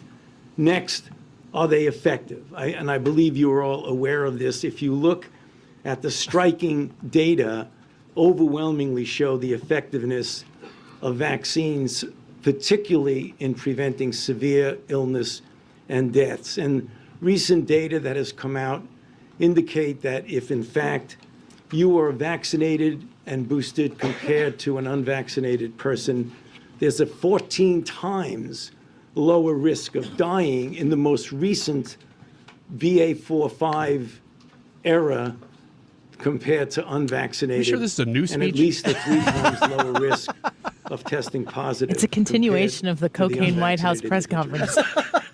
But So then I there's feel some as though issues it's that we have to appropriately deal dated. with that are sometimes confusing to the American public. Here's what cocaine If does that's to an such adult great human data, male. why do you tell us that we should be, for our own safety and that of our families in the community, get a booster shot? There are two issues that in some respects are unprecedented when it comes to infectious diseases. And that is, as good as the vaccine is, and as good as post-infection protection is, the immunity and protection wanes over time. Let me put it into some perspective for you. If you get vaccinated with measles or infected with measles, the duration of protection is measured at a minimum in decades and likely for a lifetime. That just happens to, unfortunately, not be the case when you're dealing with coronavirus and particularly SARS-CoV-2. So you need to update the protection that we know is good protection.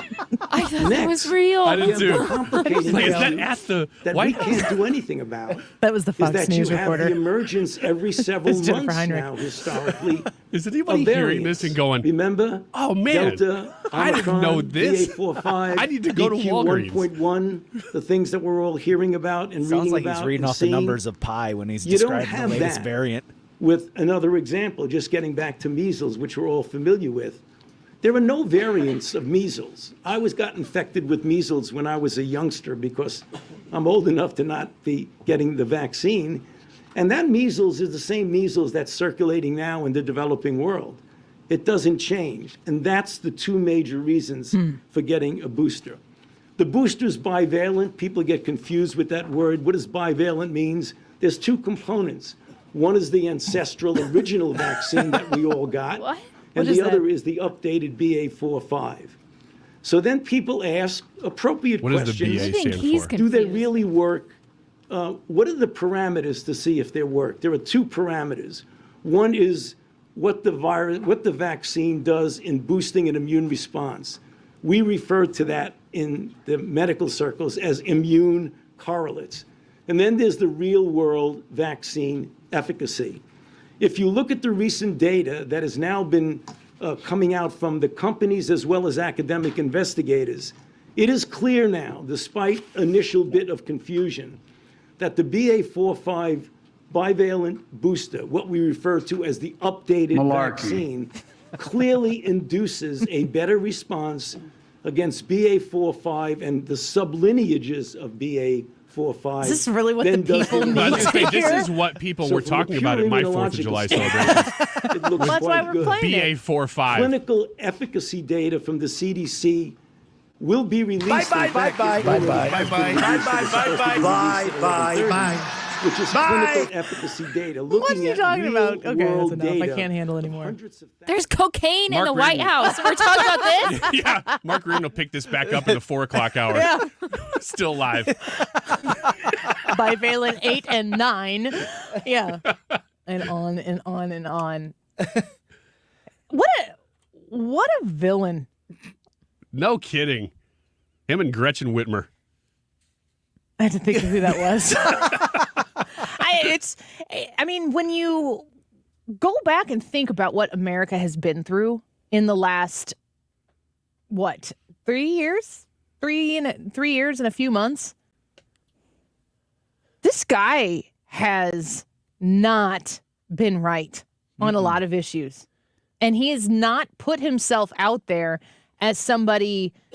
He's always been the supreme being, the supreme voice. Yeah. The person who is to be looked at and revered and listened to and followed no matter what on the issue. Why? Because of capital T, the capital S science. Screw that. There's no the science. There's just science. And science should always be checking previous science and always asking questions. The entire predicate for science is asking questions. It's called a hypothesis. You come up with a question.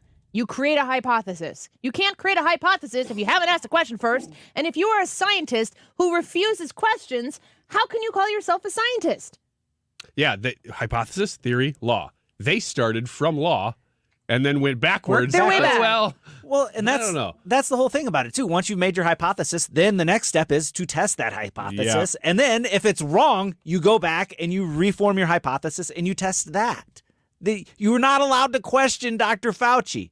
It was all law. He is the science. Yeah, he's the Going science. back to the ruling in the court system that came back and started to identify and call out the idea that the federal government is in there trying to police what you do and say and what can be discussed. I said this earlier in the show, and I had a couple conversations with folks yesterday, Tuesday, about my Twitter account, and it's very strange how things in our social media spaces can come to a screeching halt for no particular reason. There's no communication. You can't contact Twitter or Facebook or definitely not YouTube and have a conversation when they take action against you. Maybe you can with Twitter a little bit more now, but it seems to me like the most effective way to do that is to get Elon Musk's attention. And boy, there's only a few people on Twitter trying to do that.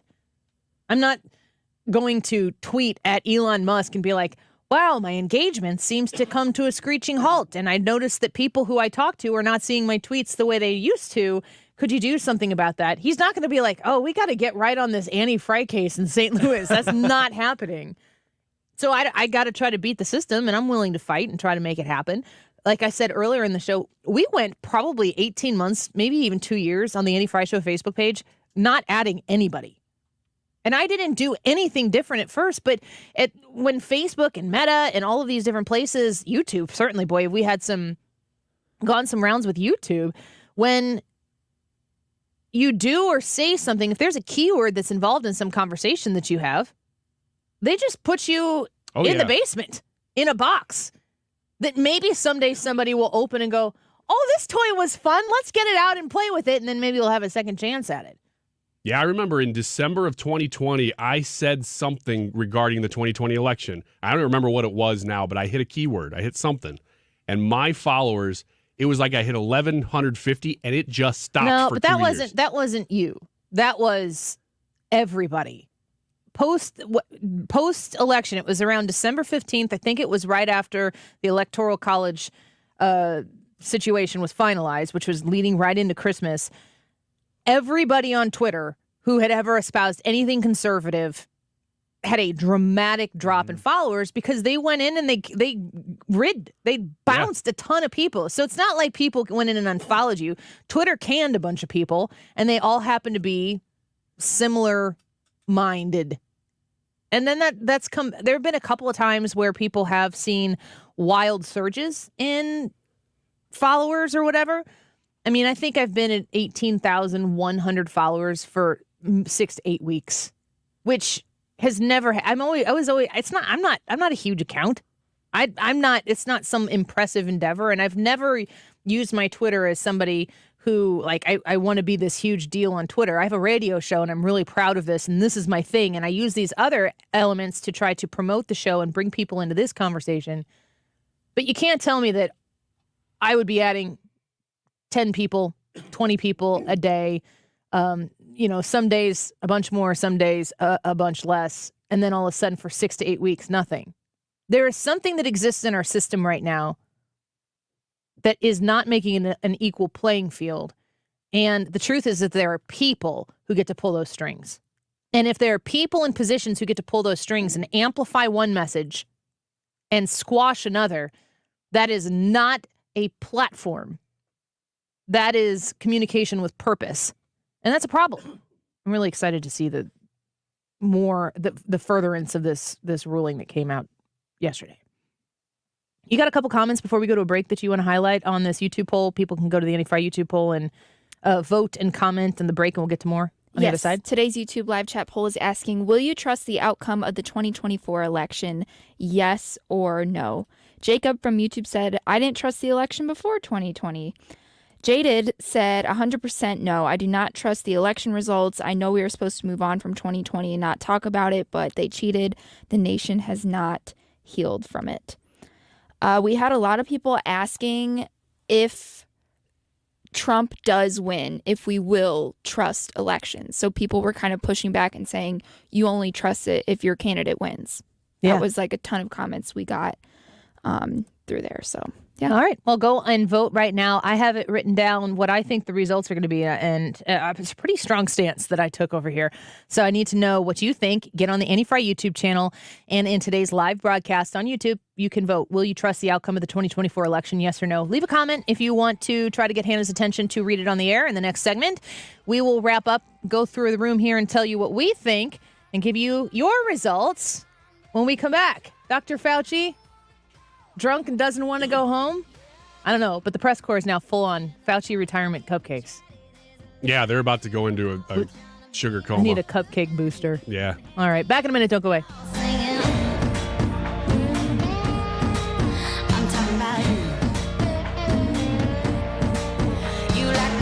You're listening to The Annie Frey Show on St. Louis's home for conservative talk. RulerFoods.com. There's one close to you. Have you found it yet? Have you stopped in? A lot of people that I've talked to are like, oh, I've seen that Ruler Foods in such and such neighborhood. I've never gone in there. Go inside. It's such an easy way to save money. You'll wish you had done it a long time ago. Now, Ruler Foods is a partner with Kroger. So they have Kroger brands. They just come at Ruler Foods prices. So they have quality brands and great ways to save on all the foods that you love. They also have a ton of name brands in there as well. So you can get your M&Ms or Mars candy party size bags, $10.99 a piece. They can have different types of drinks and beverages and refreshments for the hot summer, like Powerades, 10 for $10. But those Kroger brands also help you save. A Kroger Deluxe ice cream, $5.49. Kroger's cheese slices, 12 ounces, $1.99.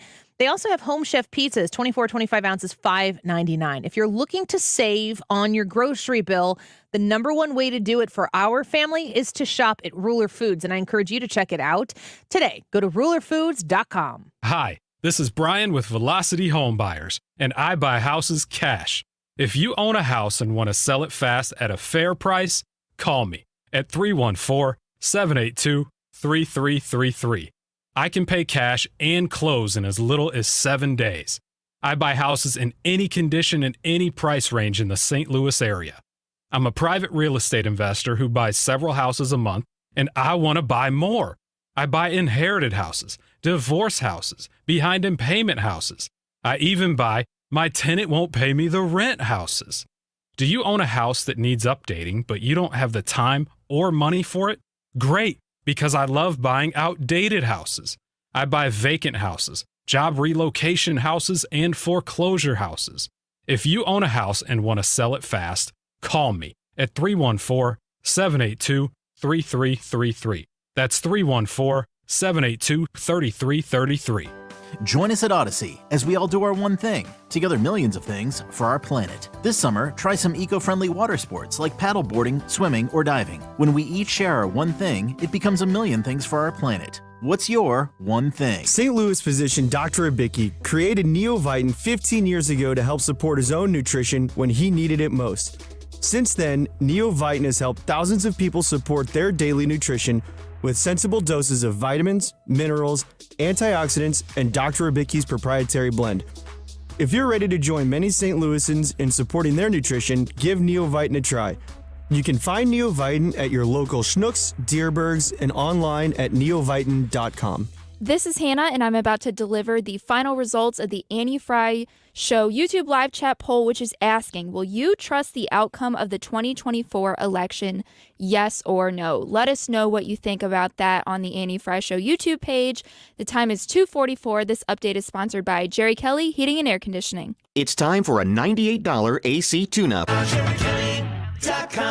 The Mark Reardon Show. Frank Cusimano from KSDK. For a change, we can say we had two really good pitching performances this weekend. I mean, how many times have we been able to utter that sentence? Weekdays from 3 to 6. St. Louis is home for conservative talk.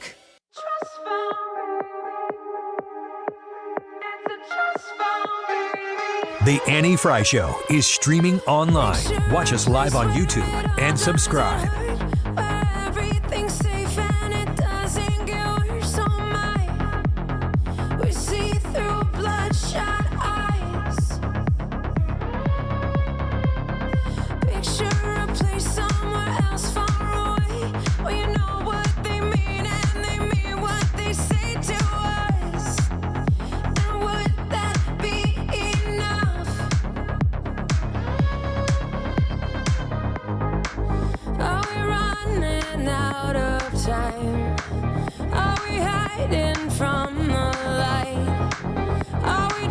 Too scared to fight for what we want tonight. Welcome back to the Annie Frey Show. Didn't have Fauci on the Annie Frey Show Wednesday bingo card, but if you did, you're probably feeling pretty good about it. That's why I showed up today. Just because of Fauci? Just in hopes. I showed up like in life, not to the show. I just wanted to hear from Fauci today in life. So I showed up today. What's your takeaway? I think he wants people to get vaccinated. Still. That's not Maybe. fair. That's a safe guess. I think he wants people to get boosted. You didn't even. That's like answering Jesus in Sunday school. He's already assumed that everybody's 100% vaccinated. He wants you to get booster number 4 or 5. I mean, honestly, agree with me or disagree with me. If you want to get vaccinated and boosted, do it. Go but ahead. that's the end of it. It's nobody else's business. Right. And in that case, Fauci can just say this all day. As long as he's not mandating anything, go ahead. I tweeted out, I started thinking about this not weekend, yesterday.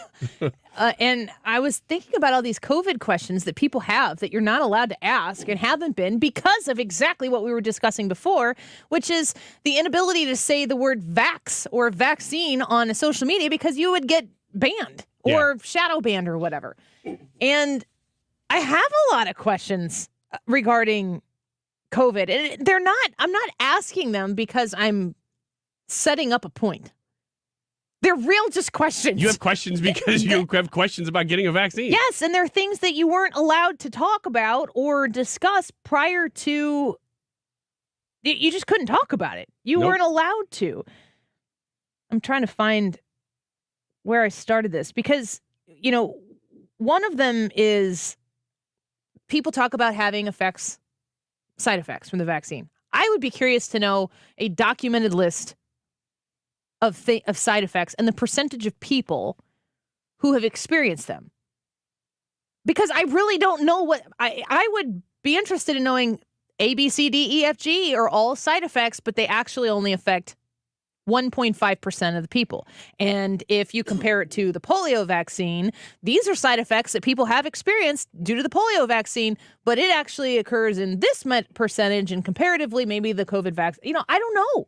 And you can't go anywhere and have that conversation with anybody without the end game only being political.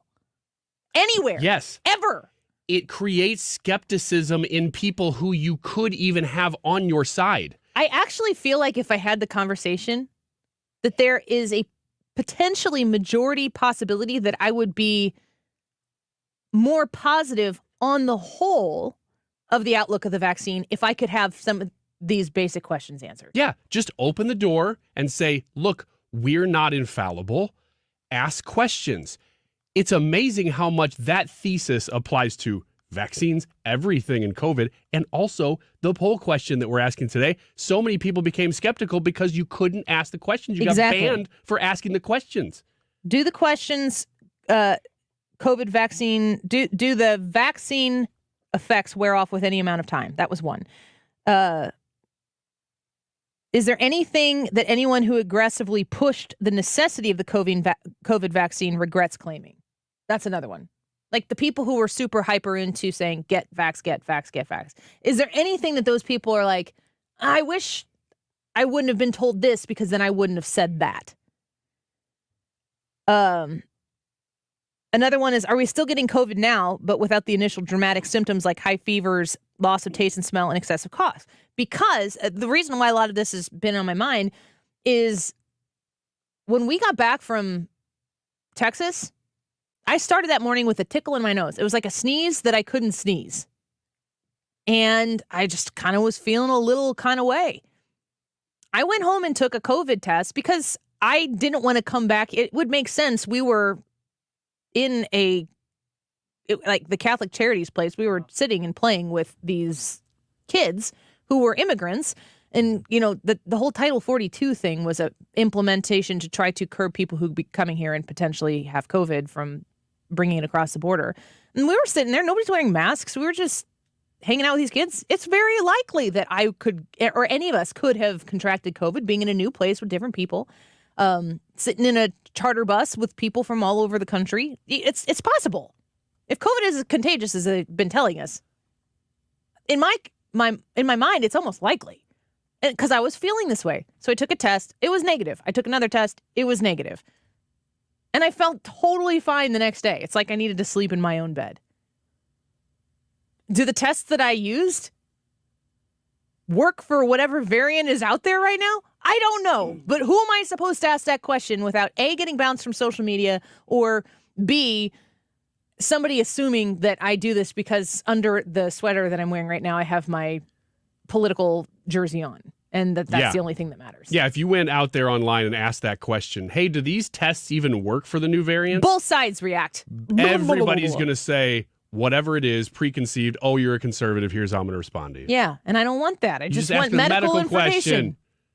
Oh, gosh. It reminds me of when we used to have Dr. Hardiman on. And we deliberately said, we're not going to do politics. Not politics, and he was great at it. Yeah. He's great. He is great. All right, let's get to the YouTube poll, which is kind of related to this. We didn't expect to go Fauci, but for whatever reason, he was at the White House podium today and carried a little bit. It was fun.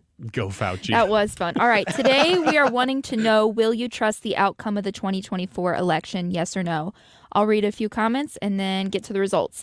Pond said, I said yes to the poll because I'm trying to be positive in an increasingly negative world. However, past elections have made it harder to trust. Pond, that sounds more like a heart response than a head response. KK says, I have to say no, unfortunately, not until we get until the bottom of 2020. Carlos. How do you get to the bottom of 2020 if you don't win the election? And how do you get to the election? How do you win the election if you don't get to the bottom of 2020? Go on. Ooh. Carlos says that he is going to trust the outcome of 2024. He says he's split, but as long as the voting rules are followed and adhered to, sorry. I had to read it 3 times, still got it wrong. You're fine. Adhered to, not change in the 11th hour, and everything is consistent, I will trust the results. Carlo has a lot of requirements. I don't disagree with him. Yeah. Dirk says that he is not trusting the 2024 election outcomes. He says that he's pessimistic regarding anything that the government has its hand in. More comments are coming in. Jim E. says to him that it's impossible to believe the outcome or the elections are not corrupt. What do we think? Annie? What did you predict at the beginning? Well, if I want to go around the other room first. Brian, what do you think? Yes or no? Don't go in the middle. I'm not. Binary yes choice. or I'm going to no. tell you This how is a I get to my binary choice. I'm going to tell you Just how I like- get to my binary choice. Get on with it. Yeah. I will approach this with a very open mind in 2024. I will question everything and therefore no. Okay, Brad? I'm looking at this and I'm seeing that like the big problem for me for 2020 was the 11th hour changes. Carlo mentioned that, how they changed everything because of COVID. It was new. They didn't know. So they went through all these different ways and there's different voting techniques and different things introduced. Well, red states have gone back in and they have adjusted their laws and corrected their laws and changed their laws. And so that gives me confidence in this upcoming election because there's not going to be these 11th hour last minute changes that make everybody go, oh, well, what is that? So, yeah, I'm going to trust them. Hannah? I also am going to trust the outcome of the election, even if it's not my side or party that wins. I do think that there are many, many flaws in our system, but I do think that there is time to change them before the 2024 election comes around. If I had to vote, if it was a binary choice, which it is, I would say no, because I don't trust anything that they do. I don't trust ever. anything. And I don't trust the media to report on it. I don't trust the media to want to get to the bottom of it. I don't trust anything, which means that the ultimate responsibility here is going to be on you and me to be involved in a way to make sure that whatever we can have our hand in when it comes to serving as poll watchers or working with your local county party, be it Republicans or Democrats, this is everybody involved. The more of us involved in our elections on the local level, the more I will trust the outcome. The more the people have an involvement in what happens, the more I will trust the outcome. And if you are somebody who voted no in this poll and you haven't looked into being engaged and physically present and active somewhere in the next 489 days, that's a huge problem. I was going to tell you to have no room to complain, but it's America and you can complain all you want. But it's going to be dramatically affected if you get involved. They want you as far away from this as they possibly can so that things can happen in a way that is the way the elites want it to happen. And I'm not talking Democrats. I'm talking about the people who run the show and always have. Your eyes, your ears, and your smile in those polling places will make a difference. And I encourage you to get involved because I would like to be able to trust the outcome either way of the 2024 election. All right. Will you trust the outcome of the 2024 election? Yes or no? 67% of the people said they will not trust the outcome. 33% of the people say that they will. One more comment I want to feature. Jacob says, I trust the election about as much as I trust my ex. Oh, lovely. What if your ex was Donald Trump and you just might want him back? You said that the no's were 67%. I said the no's were going to be 89%. Wow. Oh, wow. So maybe this is an optimistic poll that only 67% of you think that the 2024 election is going to be sus. If you know, you know. Let's improve upon it and get involved yourself. Stick around. Mark Reardon up next. If you're hiring, it can feel like you're trying to